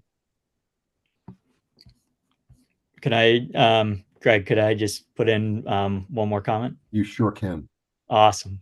So I kind of am thinking about all the commission's ideas for the demarcation. So I think signs are totally fine for the 2 property corners. That not only helps our property owner, but 2 other adjacent property owners know about the wetland resource areas. And then in the center of the backyard where, we have 50-foot plus, maybe we do, instead of a sign that, blocks their nice pond view, we do one of those small survey iron pipes that's lower to the ground and just, has a little placard on top. That way, when they're mowing their lawn, they know that They just kind of have to connect the dots from that metal pipe in the ground with the demarcation on top to the two on the corner bounds, which maybe the two corner bounds can, be a little bit higher, but, maybe not too big to really, anger the two abutters too. Would that be okay with the commission? Vinny was shaking his head no. Well, that's not the commission. You guys say whatever you say, I follow. So it'll be that would be difficult to kind of follow. I mean, I'm just thinking if I bought the property, Yep. and I saw a little iron rod out there, I'd mow around it and not worry about anything else. So over on Ridge Road, that disaster on that little peninsula where they're now putting those out, did we require anything between, what did we require there? Boulders the center line of the boulder is every 25 feet So we did require something there. at 26 feet off the property line. This one has less than 25 feet off, 26 feet. So I was proposing that we have a more dense separation or a more dense line, but sounds like the commission is going the other way. Well, at least for me, I'm now with you that if we did something over there, we could do something here. What it is we're talking about, but And we just did it also over at 15 Prospect as well. So I feel like a few boulders in there would look more. I was just going to say, why not throw boulders in this one too? It's low, Sure. doesn't ruin your view. I think look a little more natural and really help to kind of prevent somebody from getting on property that's really not theirs, to do anything to it. So like a few boulders along there might do good, and then it still allows any critters or anything kind of back and forth Yep. to there. I feel like it's a little more natural looking than a sign there too. What do you think about that, Mitch? I think that's a great idea. Okay. So So Vinny, there's one more idea just came to me here. How about we take some tires, cut them in half, just make a little wall. Okay. No, not a good one. All right. no, DEP will be after you for that, and they'll know who did it. The boulder idea apparently is the good one. So I'm okay with boulders. They would have to be on the lot, not on a butter's property. And how many are we looking at? 3 would be enough, really. yeah, I mean not. So 3. So split the difference. So 1, 2, 3 makes 4 spaces. So divide the frontage up by 4 and you put it at the points. Because a boulder at the corners doesn't make any sense. No, it's kind of really along that Right. area, a few boulders, 4 boulders in there, and Well, the property also drops down when you move from left to right.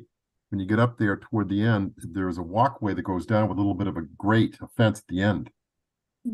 So that's right next to the tires. So it's going to be hard to do anything there. So you're talking really from that arm that comes out down to the P and proposed sediment barrier. Where that's your span right there. Well, we also have the area to the left of the deck replacement. That's all within the 25-foot zone. So where he's got the deck, that area there, maybe that's a sign because they're looking at a neighbor's yard that's, if I remember right, doesn't look very pretty. So I'm fine with using both, but just need to know what to condition.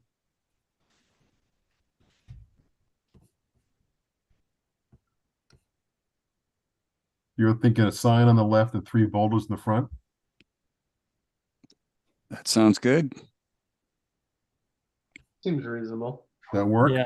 And maybe, this is just from experience working with you guys and from tons of other commissions, maybe you give the applicant some flexibility with like their demarcation strategies, whether maybe you guys say, put at least 1 sign and, 2 other things like 2 boulders or 2 granite bounds or whatever, just give some flexibility to whoever is going to buy this. Cause like you said, Greg, someone else is going to buy this. So, if they hate boulders but love granite bounds, maybe that's the thing to do.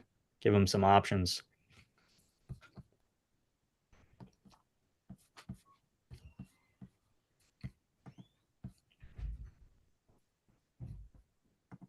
I don't know if the bounds quite gets us to where we want to be. I think it's more something that's a little more visible, Mitch. So I guess in my mind it would be, a few kind of sizable boulders in there, or maybe, split rail, type thing. If the applicant or the next owner, wanted to do something different, it would kind of either be like a small, low, little split rail fence or boulder, something that just, shows where that rear property line is, keeps people in their property. I can Yep. word it to have any of the three. So that, Yeah.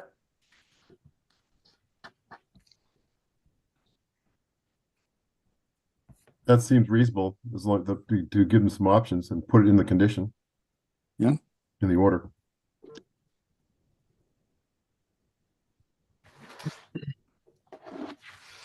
Let me see if we have any public comment. I don't see any hands up. Okay. Any more questions or comments from the commission? Move to close the hearing? Which seems good. Second. Before we do that, Zoe and Mitch, are you all set with what's being asked here? What the order is going to look like? Yep. Okay. Thank you. Yes, Todd made a motion to close the hearing. Is there a second? Second. And by Justin. Roll call. Dan Clark, Yes. Justin Dufresne, Yes. Diane Goldner, Yes, Todd Helwig, Yes. and I vote yes. Now we need an order. and we're gonna have our standard order with all Standard the order. standard special conditions plus the easement land, or not an easement, Access. and access permission. I've got it on videotape, so I'll take it from there. And then a limitation on at the property boundary with either signs, boulders, or fence, or a combination thereof. Correct. We want to put a time limit on the decision on what to do for the fencing. Should there be a time limit prior to occupancy or prior to? Well, for us to sign the COC, I think it would need to Fair enough. be on there. Yep. Yeah, well, I think it would be for the certificate of occupancy, not a compliance, because we sometimes get the COC requests 18 years later, Yeah. which we're getting next month. Well, that'd be good then. Yeah, if we could tie it to occupancy, that's Right. better. All right. The CO, right? We could also do it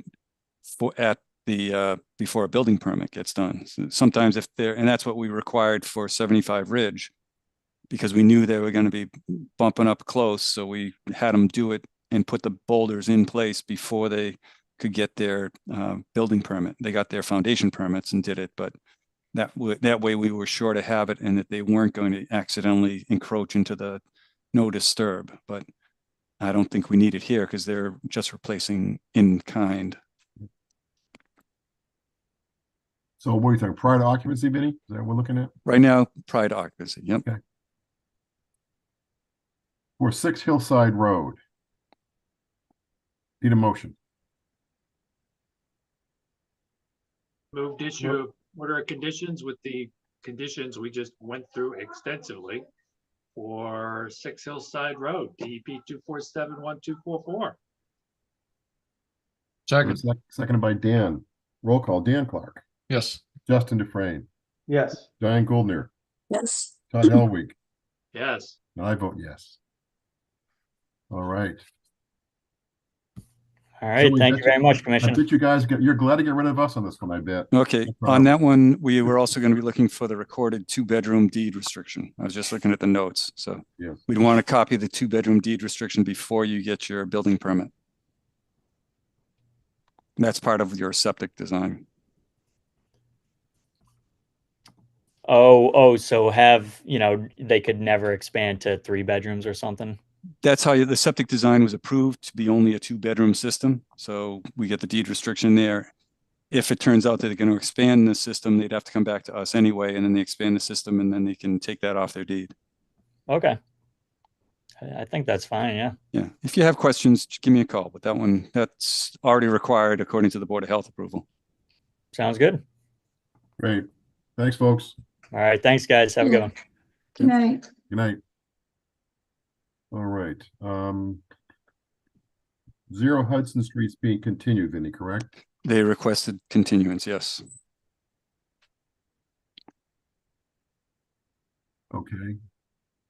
So we need a motion to continue 0 Hudson. The continuance, I believe, is due to a personal situation with the engineer. Yep, with a wetland scientist. Yep. Okay. Need a motion to continue 0 Hudson Street. So moved. Is there a second? Second. Seconded by Justin. Roll call. Dan Clark, Yes. Justin Dufresne, Yes. Diane Gouldner, Yes. Scott Helwig.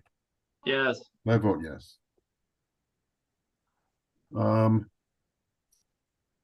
RDA for 0 Howard Street. Yes, that would be Brian Belfer. I am looking. I see Brian. Brian, we'll bring you in as a panelist. Oh, I got to pull up the plan.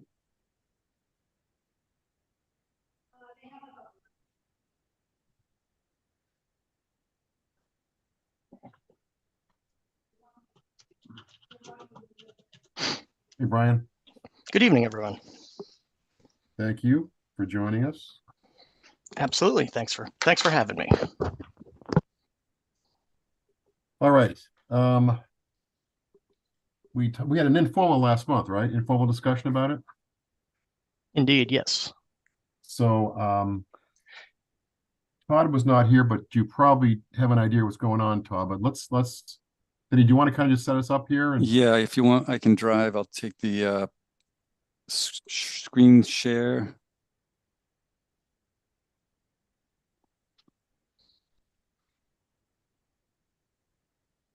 All right. So hopefully you can see my screen. Yes. The Bennett Trail. So this is Lyman Road in Berlin, Howard Street in Northborough, and the dark black line is the town line between Berlin and Northborough.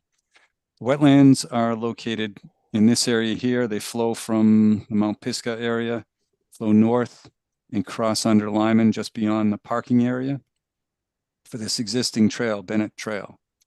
Bennett Trail currently goes down along the uplands, and then this is the wetlands. So then it crosses a stone wall and then is very wet. There's another stone wall along this property line. And there's a system of bridges and a pathway that traverses the wetland area and comes over to, or actually almost traverses the wetland area. It ends about 30 feet or so short of the end of the wetland. So they're proposing this new 50-foot section of bridge to keep the travel, the pedestrians or whatever it is, out of the wetlands, and then continue on up to the upland portion of Bennett Trail. So they're proposing to rebuild the existing bridge structures and put in a new one at the end, and the rebuilding of the structures that are over the existing stream that runs through here. It's not a perennial stream, it's intermittent, and they are proposing to put it on helical piles and support it so that there's a span and that there's air below the actual bridge structures. In between the bridges, where there have been areas of, actually, do I have that? Of the path that have kind of washed out or actually been treaded down so that the roots are visible and evident. And during the wet periods, the area, the trail widens out to sometimes walking people. You can see the treads of people walking 10 feet wide. So what this was trying to do was narrow that big wide expansion and focus the people so that they know to walk on the on the area where it's been improved. I don't have that up, but that's basically the project proposal. If you want to add anything more, Brian? Yeah, just for point of clarification. So the bulk of the existing bridges would be replaced with bridges that are basically wider and slightly higher up off the ground. But those initial bridges would just be on pressure treated lumber up on either side of the streams, if you will. And then the new 50-foot section that's straight through the flat mud would utilize the helical piles at that point. Oh, okay. And yeah, I had a series of pictures, but and I mentioned at the last meeting, the existing trail is just super eroded. There's a lot of exposed roots. It kind of winds around a little bit, and the goal is to just level it out and make it a little more passable than it is now. This I mentioned once before that this is a super popular entrance into Pisgah, and it hasn't seen the same kind of love that Smith Road entrance or the Lyman or the Linden Street at the north has seen. So I've got the pictures here. So this is the bigger crossing of the brook or the intermittent stream that's there. Stone walls on the left, all the wetlands across here. The parking area is behind us in this photo.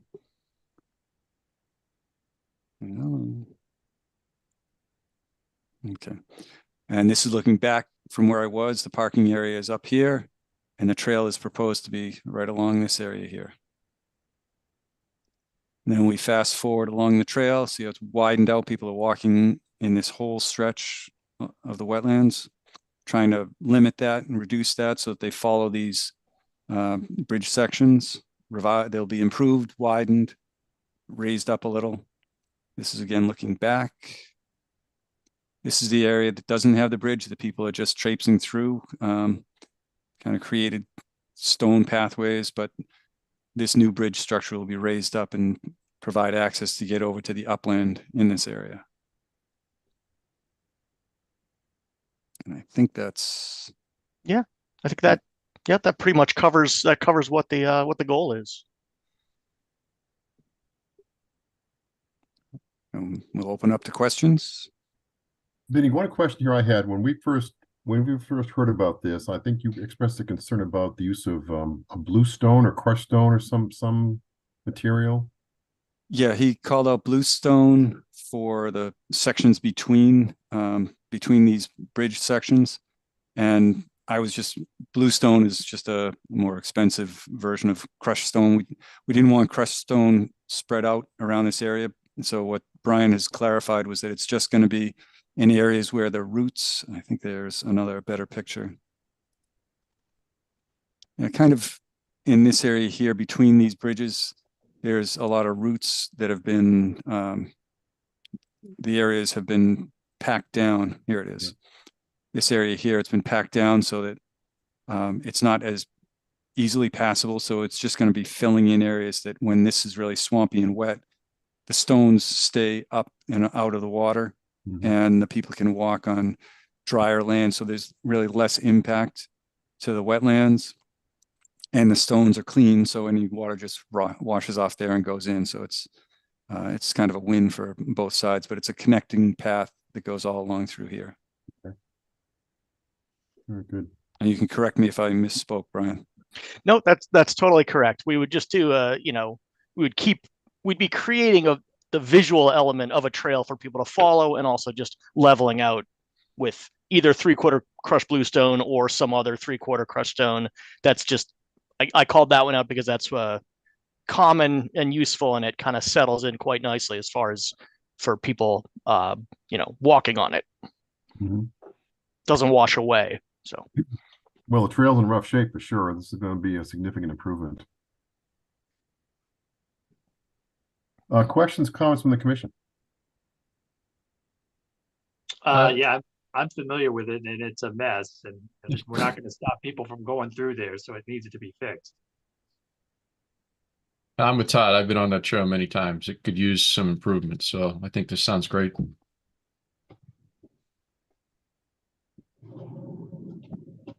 And Brian, you've got the materials, you've got the resources lined up. Yes, I have a full material list. I have resources lined up. I have budget all lined up to cover all of it. It's mostly just a matter of making sure that it gets approved, to make sure that it's all legitimate, a little bit of additional coordination with Berlin, because we'll be, presuming it moves forward, we'll be staging, we'll be using the parking area as our sort of workplace staging. But it's basically, it's not really much different than any of the Trails Committee's, average projects. It is just scaled up because it's just a lot more and a lot longer. And of course, there's a new section going over some wetlands. Would you build the new sections in the parking lot and then truck them up, or would you do them on site? This would be all built on site. On site, okay. Yep. And just while I'm thinking of it, Brian, the fire department said they have a gator or a vehicle that could help haul stuff in if needed. Just contact them. Perfect. That would be quite possibly fantastic to have. All right. I think no more comments from the commission. I see if we have any public commentary. Don't see any hands up. And this is an RDA. So Yes. I'm thinking, Dave, that we would have a negative determination with any specific notes or questions here? Or comments? We close the hearing and then we do a RDA, or a determination would be negative with, we don't really have a standard. No, we don't really have any other. Or standard conditions. I don't know. It's just, it would be notification before the work starts, though I'm going to know about it, I'm sure. Yeah. Won't be able to get out of it. So, yeah. But all right. That's. Well, we need a motion to close the hearing. So move. Motion made by Diane. Is there a second? Second. Second by Todd, I believe. Yes. Yes. Roll call. Dan Clark. Yes. Justin Dufresne. Yes. Diane Gouldner. Yes. Todd Helwig. Yes. And I vote yes. So we now are going to have a motion to issue a negative determination with what kind of commentary do we need, if any? Just notification 48 That's hours it? in advance so that I know that it's starting. Yeah, because there's no devices being installed. There's nothing going on. So No, they really can't do erosion or sediment controls on it. They're just going out there, not during the wet season or the what's your wettest timetable, season. Brian? When do you want to do this? I'm actually looking to do this pretty much as soon as I can fit into the calendar, preferably April into May, so that I actually do want to work while it's kind of wet so we can see it at its worst. If that doesn't work out, it'll just push out a little longer, basically depending on manpower availability. But there's no real disadvantage to doing it while it's sopping wet, since it's That's true. constantly sopping wet out there. Okay, good. I don't have an exact schedule because I have to get it all arranged, but Right. I would target end of April. Okay, to be done by May 1 or something, or Ambitiously, sure. It's probably Yeah. 2 complete weekends. In sort of the larger calendar, it's the Trails Committee's first spring project for the season. So the goal is to get this one done. Then we'll be doing a summer project, then a fall project. good deal. Right. Okay. And we need to get approval from the Berlin Conservation Commission because there's going to be staging and activity within 100 feet of the Berlin wetlands. They've been notified and they're on board. So once I have this done, I'm going to contact their conservation agent and find out what she would like the Trails Committee to be doing. We may need to do an RDA there, but they may see this and be able to say they see and know enough and they're okay with it. Okay. Okay, we need a motion for a negative determination for 0 Howard Street trail work. I will make that motion. Is there a second? Seconded by Diane. Roll call. Dan Clark. Yes. Justin Dufresne. Yes. Diane Gouldner. Yes. Todd Helwig. Yes. And I vote yes. Good stuff, Brian. All right. And I just want to say thank you very much to Vinny for helping me with the process on this and the paperwork and stuff. It's Yeah, been, he should be your best friend in this thing. So yes, yes. it's a great learning experience for me too, to get it all done. So Super duper. Good. I appreciate the commission's time. Great. Good luck. Yeah. Thank you. Yeah, Thank you. Brian. Okay. Moving along here.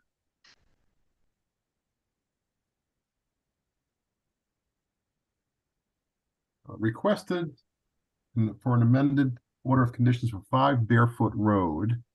I know we've got some people in the audience. I got James Benincasa coming in. James, I'm going to promote you a panelist.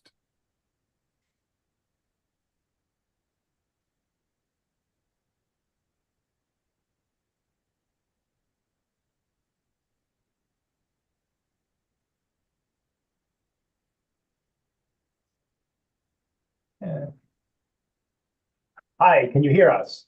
Yes, we can. Yes, we Okay, can. good. So as the agenda says, this is a request to amend previous order of conditions at 5 Barefoot Road, file number 247-1161. And that was a proposed, that order of conditions covered a proposed daycare, which was to have work right off the then permitted no disturb zone. We're now proposing to be much further away, 73 feet at the nearest point from the wetlands, as opposed to probably 15 or 16 feet as was previously proposed under that order. Yep, Vin's got the plan going there. Good. So we have only a slight intrusion into the buffer zone for some in-ground infiltration. Again, nearest point 73 feet away. Everything else is further away. The dashed blue line that you see there was the limit of work under the previous proposal for which an order was granted. Right. It's this, what we're proposing, except for a little bit of work way west of the wetlands, is really just a subset of what was proposed before. You can see the blue line going through the center of the now proposed house. That was where the limit of work ended before. So we're going a little west of that. And again, but not starting anywhere near the wetlands compared to what was before. We had a couple of iterations of revisions to the plan, refining the drainage and parking and things per your agent, per Mr. Vignali. I think we've got a good design for this now. We did an additional deep hole in that hatched area that you see west of the building to account for the soils there. We thought we'd have some great stuff. Actually ended up with only so-so, but the design is based on it being what it is, sort of so-so, sandy loam. And I guess I'll just leave it at that. We think it's something that the commission will hopefully embrace, because we're working much farther from the wetland. We're altering less land, about 20,000 square feet versus 28,000 before. We'll have sediment control barriers at the limit of work. We will have, of course, a site, Vin, listen closely, exit mat. And we will have infiltration to at 3 different points. The main one where the cursor is at the limit of work on the east, a area receiving runoff from the house at the far west, and also sort of a pocket off the, I guess I'll say, the northeast corner of the house to address what would otherwise be a kind of a little bit of a pocket created by the drainage and then the grading, excuse me. So I'll try and answer any questions if there are any, but we think we've got a much better proposal here for the commission than was previously permitted. So the only reason it's jurisdictional at all is because of that small inclusion up top there, the infiltration. Yeah, and one of the iterations before this, I actually had that area somewhere else. I was mistaking a number 1 for a 4. And I was thinking, yep, where he's got the cursor. I thought we had one of the areas of really good soil that had been found by previous deep holes, only that actually was one of the spots of kind of mediocre sandy loam soil. So Okay. we thought we were all the way out, but we ended up being a little bit in here as shown on the plan. Vinny, we talked a bit about a CR here. Yes, we did. We talked about, or they actually talked about it when they were in with the notice of insignificant project change a year or two ago for this property that's mostly all wetland that extends over to Solomon Pond Road, I think it is. And so they said they were willing to put a CR, a conservation restriction on this area here. And I think I've talked with them, and they said they were still willing to do that. And we could have that done before they get a certificate of occupancy. Yes. We'd want that in place. The only thing I just want to make sure, just make clear that with the CR, we did send, Vinny, did you get the one that we used for another town? I sent it over to you in Word. I got it. I did not read through it though. All right, no problem. It's in Word, so you can obviously have any editing or whatnot, but that's what I think that we use that in Grafton.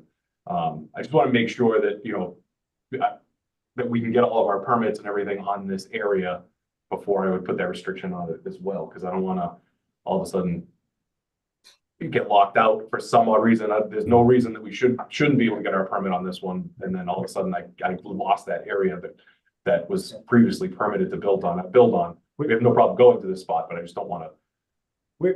We're basically amenable to the timing that your agent suggests of having it tied to the issuance of a certificate of occupancy. Yeah, that would allow you to get all your permits you need to get moving in this one. So yeah. Okay. All right. Perfect. Yeah. And I just wanted to compliment Vin Vignali on the way you were moving the cursor around when James was saying it was spot on. I thought he was doing it. Honestly, I was like, that was perfect. So Yeah. sorry, I just wanted to compliment you on that before I forgot. I've heard James' show before, so. Yeah, that's all right. Good.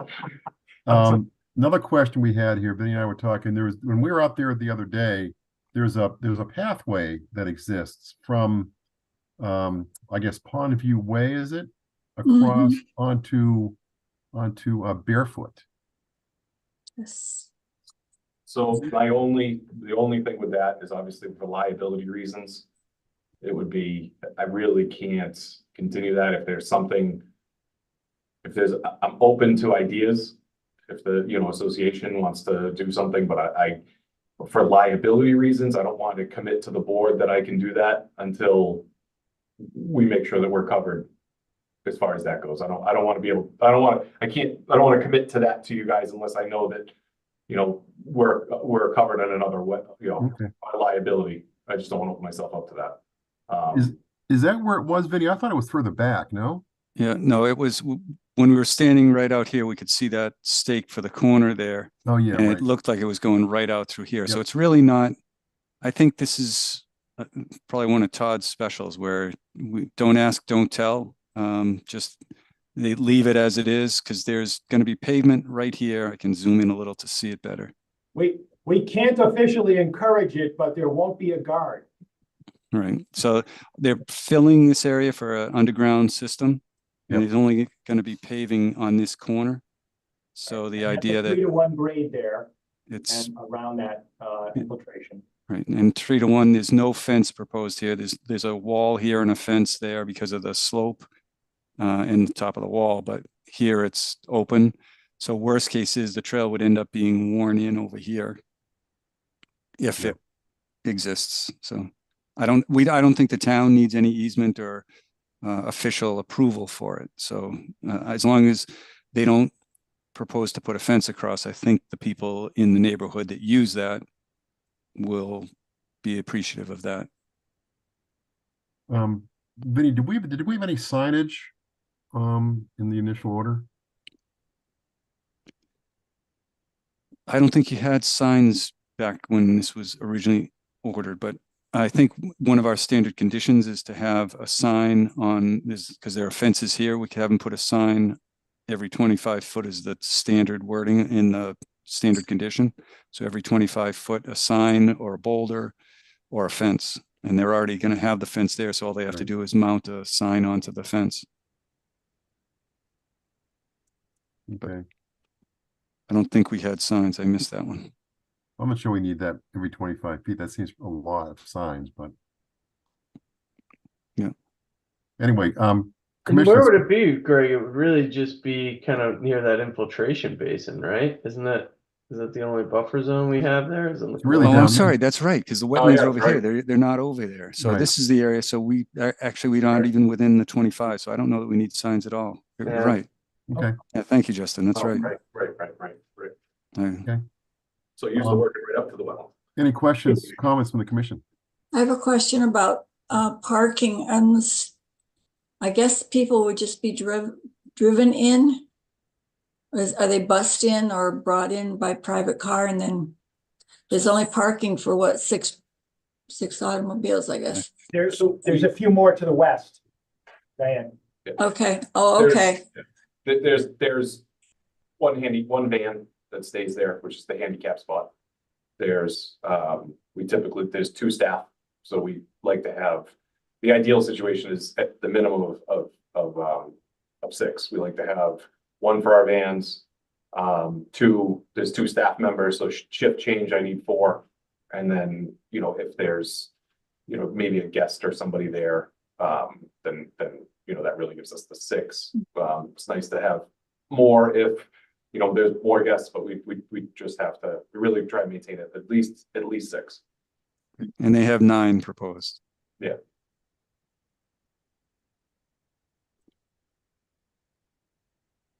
Any more questions? You all set, Diane?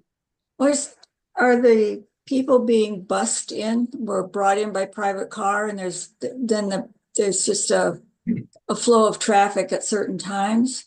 So they live in the home. So there's five occupants in the home. There's 2 staff members.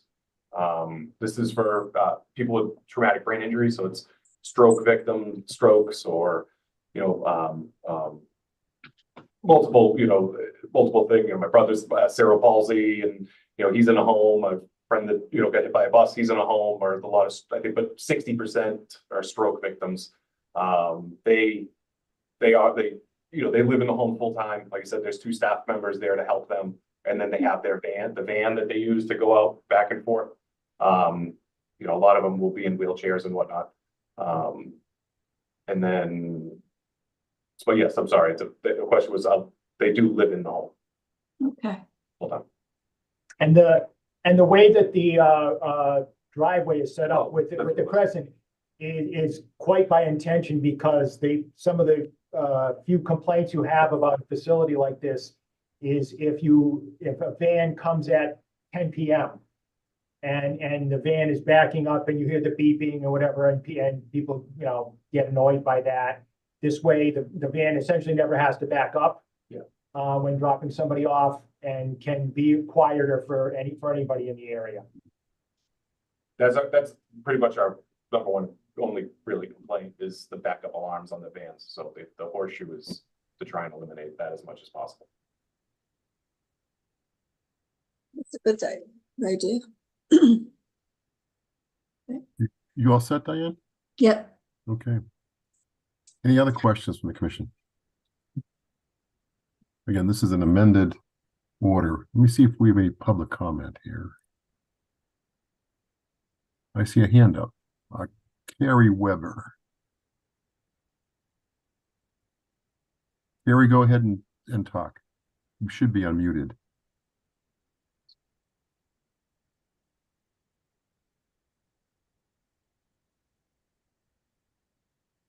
There you go. Okay, I have to hold the space bar down. It's okay. Okay. Yeah, just a comment here. So yeah, my name is Carrie Weber. I'm an abutter. I live at 7D Pondview Way. And we've been around and around with proposals on this parcel of land here. And it is not a large parcel. The current proposal here is certainly a worthwhile proposal, and it's smaller than the previous footprint that was proposed. But again, this is not a large area, and I'm wondering if it wouldn't still be better to put a facility like this somewhere where there was a little bit more room. For the abutters here on Pondview Way, this is really the only buffer zone we have between residential and industrial. And yes, we've been using that walkway. I feel it is going to impact our property values to have any kind of construction in there, even a worthwhile one. So I'm just lodging an objection and a thought that maybe this would be better located elsewhere. Okay, thank you. Gentlemen, do you want to respond to that or? As far as this proposal versus the previous one, I would simply say that because the area altered is really just a subset of what's proposed before, I think this is actually going to be much better for maintaining sound buffer from the intersection of Solomon Pond Road and Barefoot than the previous proposal.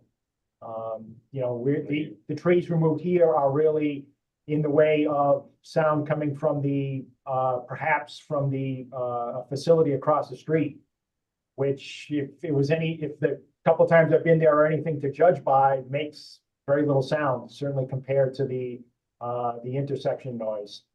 Right, it's not really the sound, it's the just the it's a privacy buffer against the industrial Barefoot Road area. This would really take a big chunk of that away, which I believe is going to affect our property values. Yeah, just like I've been trying to juggle this image, but their proposal is here. To get to where the condos are, you have to go across this section of wooded area that's here. And this is the driveway, and your units are on the opposite side of the driveway. So it's even farther away than It's what they not were that proposing it's here. not that far away. I don't know if you've been to that area and actually looked at it. I have. It's not far away, but it's farther away than what they were proposing. Granted. And had a permit. They had an approval for that. I don't think either proposal was really highest and best use for this area at all. But in either event, they're not related to things we have jurisdiction over. Right. Okay. Thank you, Carrie. All right. Thank you for letting me at least Of course. Weigh in. Of course. Okay, I thought I saw another hand up here. Let me see, I've got Janet. Janet, I'm going to bring you, you can talk here. I'm asking you to unmute.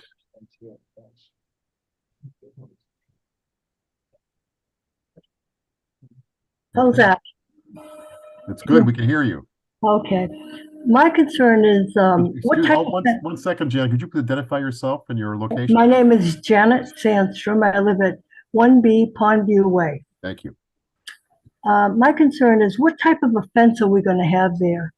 And it looks like it's going to be open in areas, or is it going to be a full fence that goes to the wetland?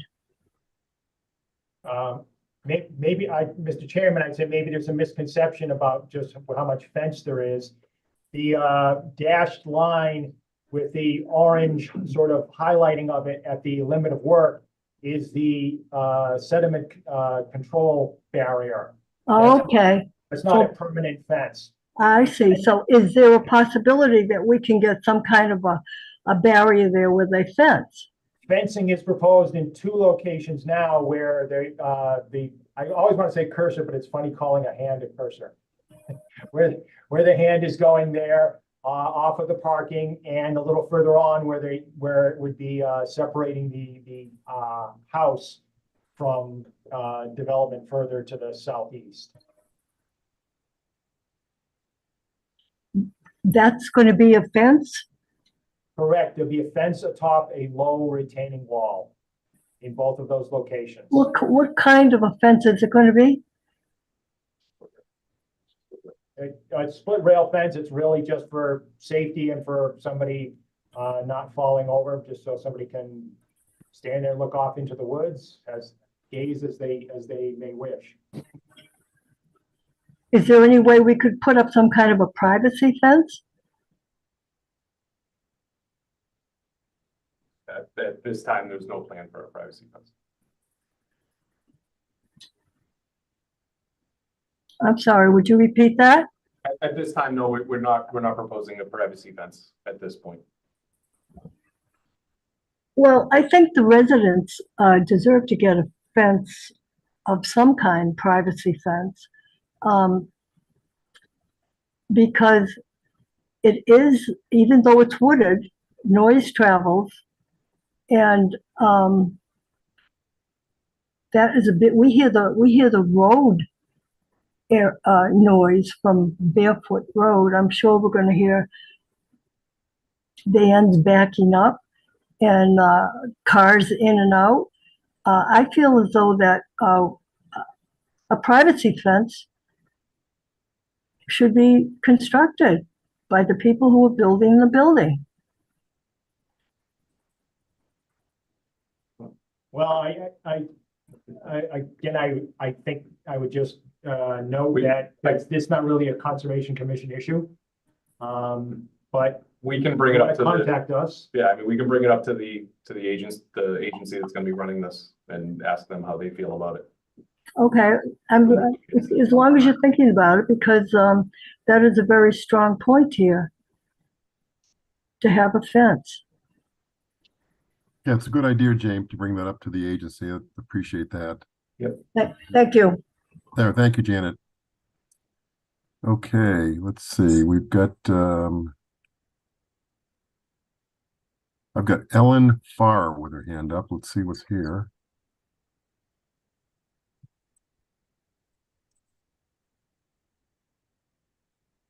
I'm here. Can you hear me? Yes, we can.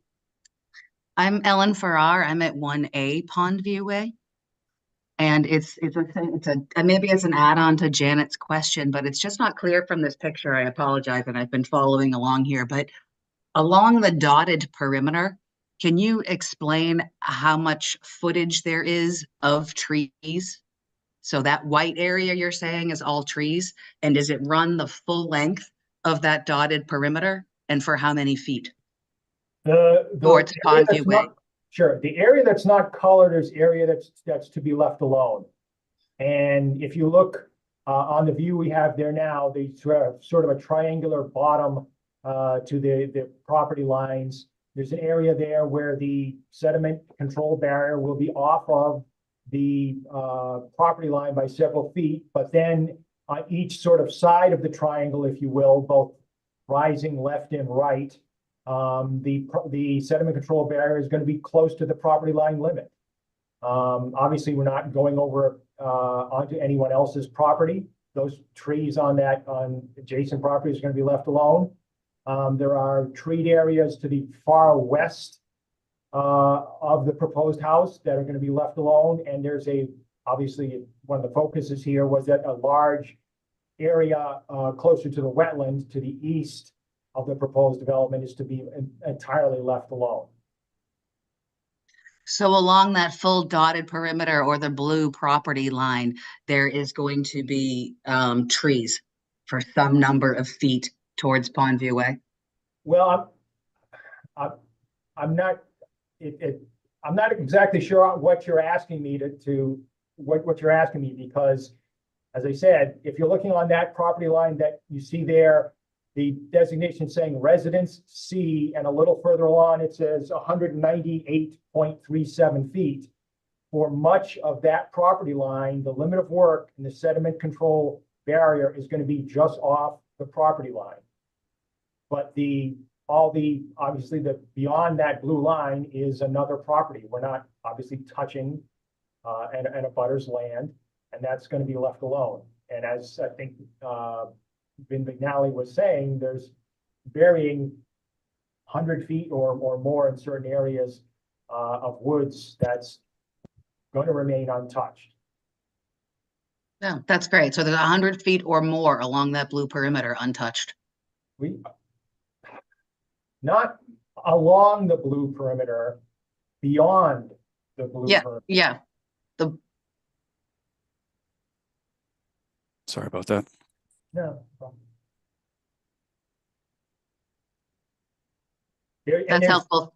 It's a little confusing because the dashed blue line there is the old limit of work under the daycare, I believe, that was previously approved and given an order of conditions. That was just to show where they were proposing to end work. And all that white area that you see there, for instance, the note saying infiltration system east of house C sheet 2 of 2, that area is all to be left alone. Yep. All set, Ellen? Yep, that's great. Thank you. Thank you. Okay. All right. I think we're good. I think we're good here. All right, do a little cleanup. I don't see anybody. No other hands up. All right. Well, if there's no, this is a request to amend the order of conditions. Vinny, we're going to close the hearing, then take a vote. Would we want any? We want to capture the CR requirements and timing somewhere, right? Yes. Yes. Would that be in the amendment of the order? Yeah, when I draft the amended order of conditions, I'll add that as one more condition. And I reviewed the order. I can remove the ones that are not applicable any longer. And I think there was one about signs that I don't think we need again. Yep. But I can delete the ones that are not associated with this development. Good. Or this this proposal. Okay. Then we need a motion to close the hearing on 5 Barefoot Road. I just made that motion. Okay. Second. Seconded by Diane. Mhm. Roll call. Dan Clark. Yes. Justin Dufresne. Yes. Diane Gouldner. Yes. Bud Helwig. Yes. I vote yes. Hearing is closed.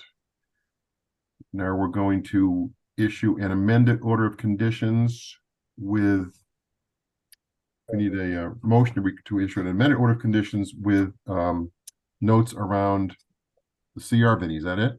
With the condition for the CR to be in place before a certificate of occupancy is issued. Right. I will make that motion. Is there a second? Second. Seconded by, I think that was to Justin? Yeah. Roll call. Dan. Yes. Justin Dufresne. Yes. Diane Gouldner. Yes. Todd Helwig. Yes. And I vote yes. All set, gentlemen. Thank you very much for your consideration. Much better from our standpoint than Plan A. So we're happy. Yeah. Oh, one last question before you go. Timeline. We're looking to ASAP. Yeah, we're looking to start immediately. Okay, so you'll get to Vinny, you'll keep Vinny in the loop and all that, and have him check the ERCCVs and all that, right? So I was gonna ask outside, so with this, we're filing, I think we might have had the building permit in. I think we're looking for a sign off. Now, is there as far as signing off for the building permit? I mean, technically there is an order of conditions on this that covers it with the amendment. Will Vin be able to sign off on this now after the meeting? Allow it? Yes. What I will do is I will sign off. I'll contact or talk to the building department, let them know that I'm issuing an amended order of conditions, and all right. We'll make it happen. Yeah, we're looking to start as soon as possible. Super. All right. All right. Thank you so much. All right. Good luck. Thanks. Thanks. All right.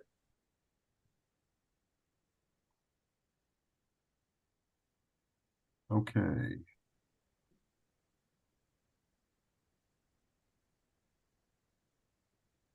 All right. That ends the that ends the official public hearing portion.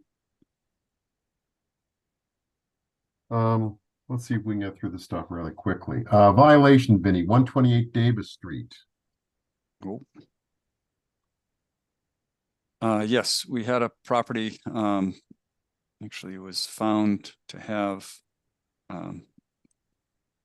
actually they were in the midst of removing some trees, some big 24-inch oaks Yep. mostly. They took out about 6 of them, and the guy doing the work, the logging work, cut the trees down a few months ago, I guess, and then just pushed everything off out of the yard. Turns out that that was not on the property owner's property, and it was within, well, it was within the 100-foot buffer zone up to about 30 feet off the wetlands. So the chair was out checking the town and found the site with alterations occurring, and so he called me out, and we talked with the second harvester that was out there, and he was just out there to clean things up. And it turns out that he wasn't sure of what the property lines were. The owners were not sure of the property lines, so he pulled out, stopped the work, and we resolved where the property lines were. Actually, let me pull up a plan. Sorry about this. To explain where this parcel is, it's on Davis Street extension. So if you're coming down Route 20 and you hit the Davis Street lights, you take a right, head like you're heading towards Yamazakura. And it's the second house on your left. You'll see it, the clearing. You can see some signs and ruts and so forth there, but that's the location. Right. So what I've got is a screen sharing sketch. Sorry about this. So this is the 128 Davis Street tree debris. So the property is in the blue. They weren't sure of their property line. This line looks like it's a little off because the fence of the neighbors is there. So I think this whole thing shifts over a little. But generally they push brush and debris over all the way out into this red area. This area here is an existing field. So this property owner had some trees cut back here, and over in this area here, these are all gone. And the remainders, or the stumps and all the brush, was pushed back along this area here. The wetlands are not really shown here, but they're generally located around like this. And this is the flood area off of Route 20, Hop Brook, I think it is. And so this is the area where there was impact. And so he stopped doing the work. We figured out where things were, and then he went back in. He contracted with that same harvester that came out the second time, and they cleared the area out of what was altered. Let me try to go to the photos that I had.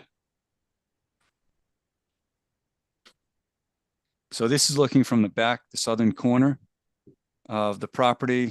The property is actually over to the right. This is all the abutting property there. They did, I asked them to put the sediment control fence out there. The wetlands are probably about down in this area here, it's about 15 feet away, or actually 18 feet away.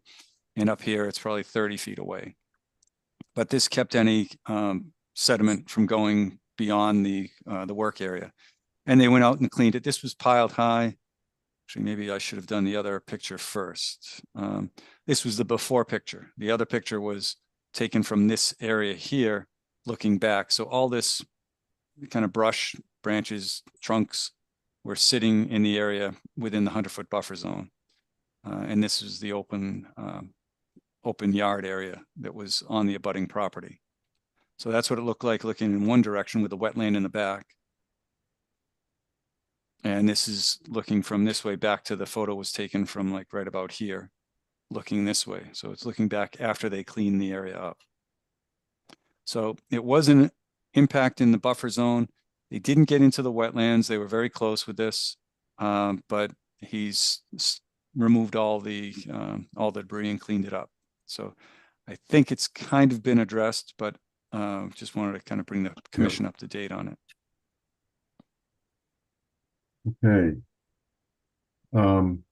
Any questions on that, anybody?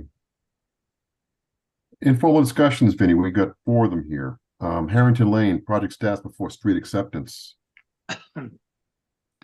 Yes, there's a question. They submitted last week or the week before a request for a CO certificate of compliance. And when I went out there, there's still work that needs to be done. But they hadn't submitted it in time to get everything done on the agenda for a COC. But after looking at it, it didn't look like the COC was complete. I also talked with the town engineer, who said they still have to do some work out in the areas of the stormwater basin that's in place and the shoulders. They were in the process of doing some work on the bounds. They had to replace or install some bounds along the property where the roadway was going to be for the street acceptance. And I think I talked to Fred, and there were 20 or so items on his list of things that still need to be done. There's a swale that needs to be cleaned out and regraded. So that's right next to the wetland. It's got a buffer, a little bit of a buffer, about a 10-foot buffer, I think. But I think it's still within the jurisdiction of that order of conditions. So that's why I didn't want to say that, or I didn't want to really move forward on the certificate of compliance until we get all the work done out there. But they can still get street acceptance without the COC, right? Yes. Yeah, we're not going to hold up the street acceptance, but it's one of those things that it's not ready for a COC as far as I believe. But I think Zoe is here to provide more information on that. Zoe's got her hand up.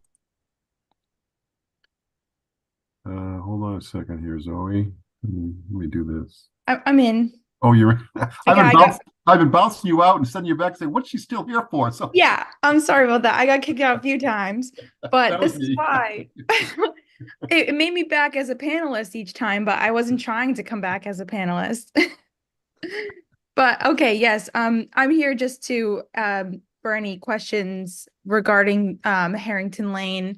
Yeah, I think Mark Arnold, so he submitted the request for COC, but wanted to take it as a discussion item tonight to see where things stand.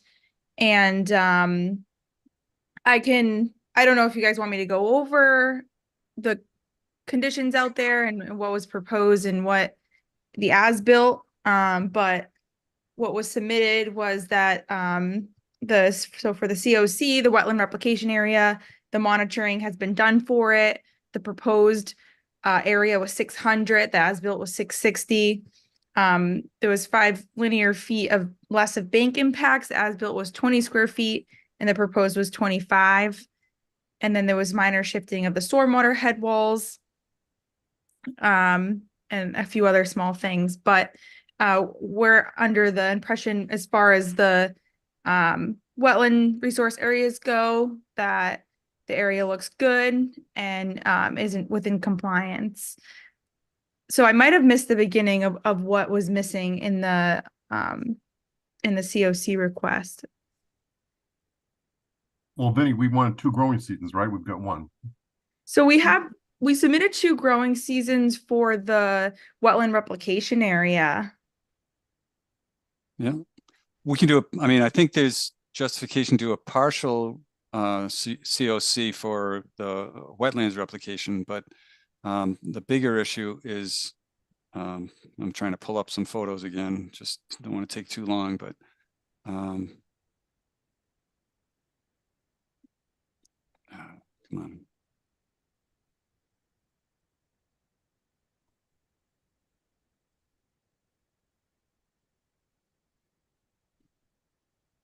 Just to show, when I went out there, I went out with, on my own, and then I went with Greg. I think we went there, right? Yep, we did. Okay, and so this is the status of the basin. Wetlands are on this end. So this just got regraded, just got restabilized. There's been a bunch of work inside the basin itself. I don't know, hard to tell what's growing there. But this is not the wetland restoration work. This is just the stormwater basin, but I'm not really sure that it's perfectly stable. This is looking back the other way.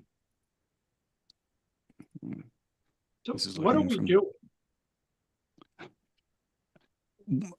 They asked to be considered for a COC. I said they weren't ready, and they're asking for you guys to reconsider it, I think.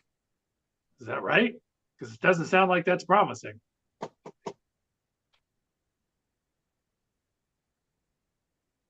Well, my view says that if Vinny says it's not ready, it's not ready. Doesn't look ready to me. So it's.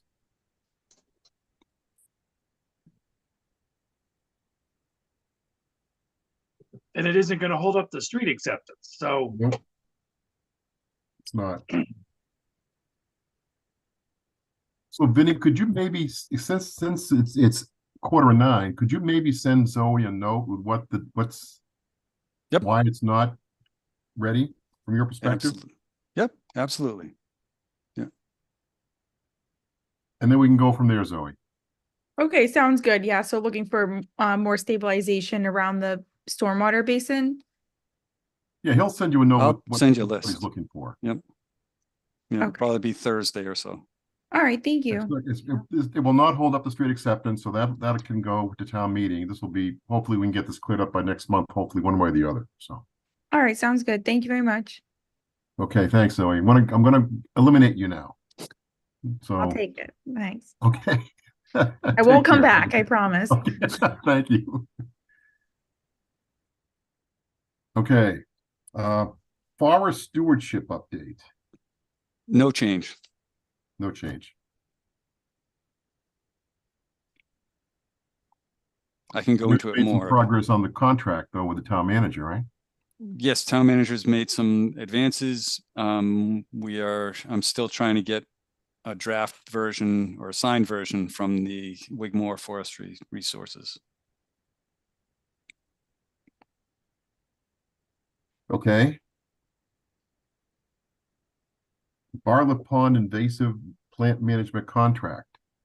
That contract has been approved by the town and approved by Solitude, the consultant, and they've they said that they're finishing up and signing the originals and sending them over to me. So I should have that in the next day or two, I hope.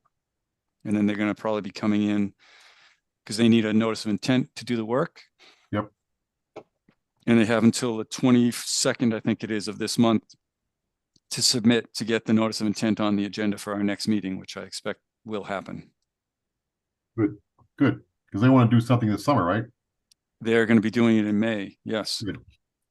Okay. MAC annual meeting attendance update. I know Dan went, right? You went to I think you were there all day, Dan, weren't you? Yeah, it's good. I haven't been in several years, so. How was the crowd? Well Was the crowd- attended. Was Oh, the yeah. crowd was good? Well, yeah, a lot of people there. Sure. Excellent. Yep. Excellent. Diane, you did virtual, right? I did. I did the, can't remember now what it was. The, what's the paper one? What? Oh, grant writing? Grant writing, yes, thank you. Okay. That was very involved. She took more than a whole hour to explain what she did and how she did it and how many people were involved, so that it doesn't make it look very easy at all. Yeah. Yeah, I did riverfront regulations and invasive species management. So I did virtual. So they were interesting. I get some information from you, Vinny, for the invasive species side from the group that made the pitch. So good. Okay, good. Anything else the commission has? Any questions or comments or updates? Concerns? Everybody good for April 8 at this point in time? Yep. It will depend on whether or not I can climb stairs by then. Oh yeah, that's right. Okay, that's right. Diane's having some a new hip. Yes. Well, I was going to say the Boston Marathon is the next week. And that's done. We can. And that's Don't done. We think send so. her to the top of Pisgah. That's right. So good. Is that next week, Diane? Yes, a week from, is today Monday? Yes, a week from today. All right. All right. We got any questions? Give me a call. Okay, thank you. What else? Anything we know of coming in front of the commission next month, maybe ahead of time? Nope. You've heard the ones that are coming back, so that's all. 0 Hudson, 311 Crawford. We know we'll see again. Yes. Okay. And then Harrington, that sounds like. Hopefully Harrington, yeah, we can, hopefully, yes, yes. Okay, then if no one has anything else, we need a motion to close. So moved. Is there a second? Second by Diane. Roll call. Dan Clark, Yes. Justin Dufresne, Yes. Diane Gouldner, Yes. Todd Helwig. Yes. I vote yes. Very good. Thanks, folks. All right. Thank you all. Night, Enjoy the everyone. weather. Bye, Justin, everyone. good luck with your bridge.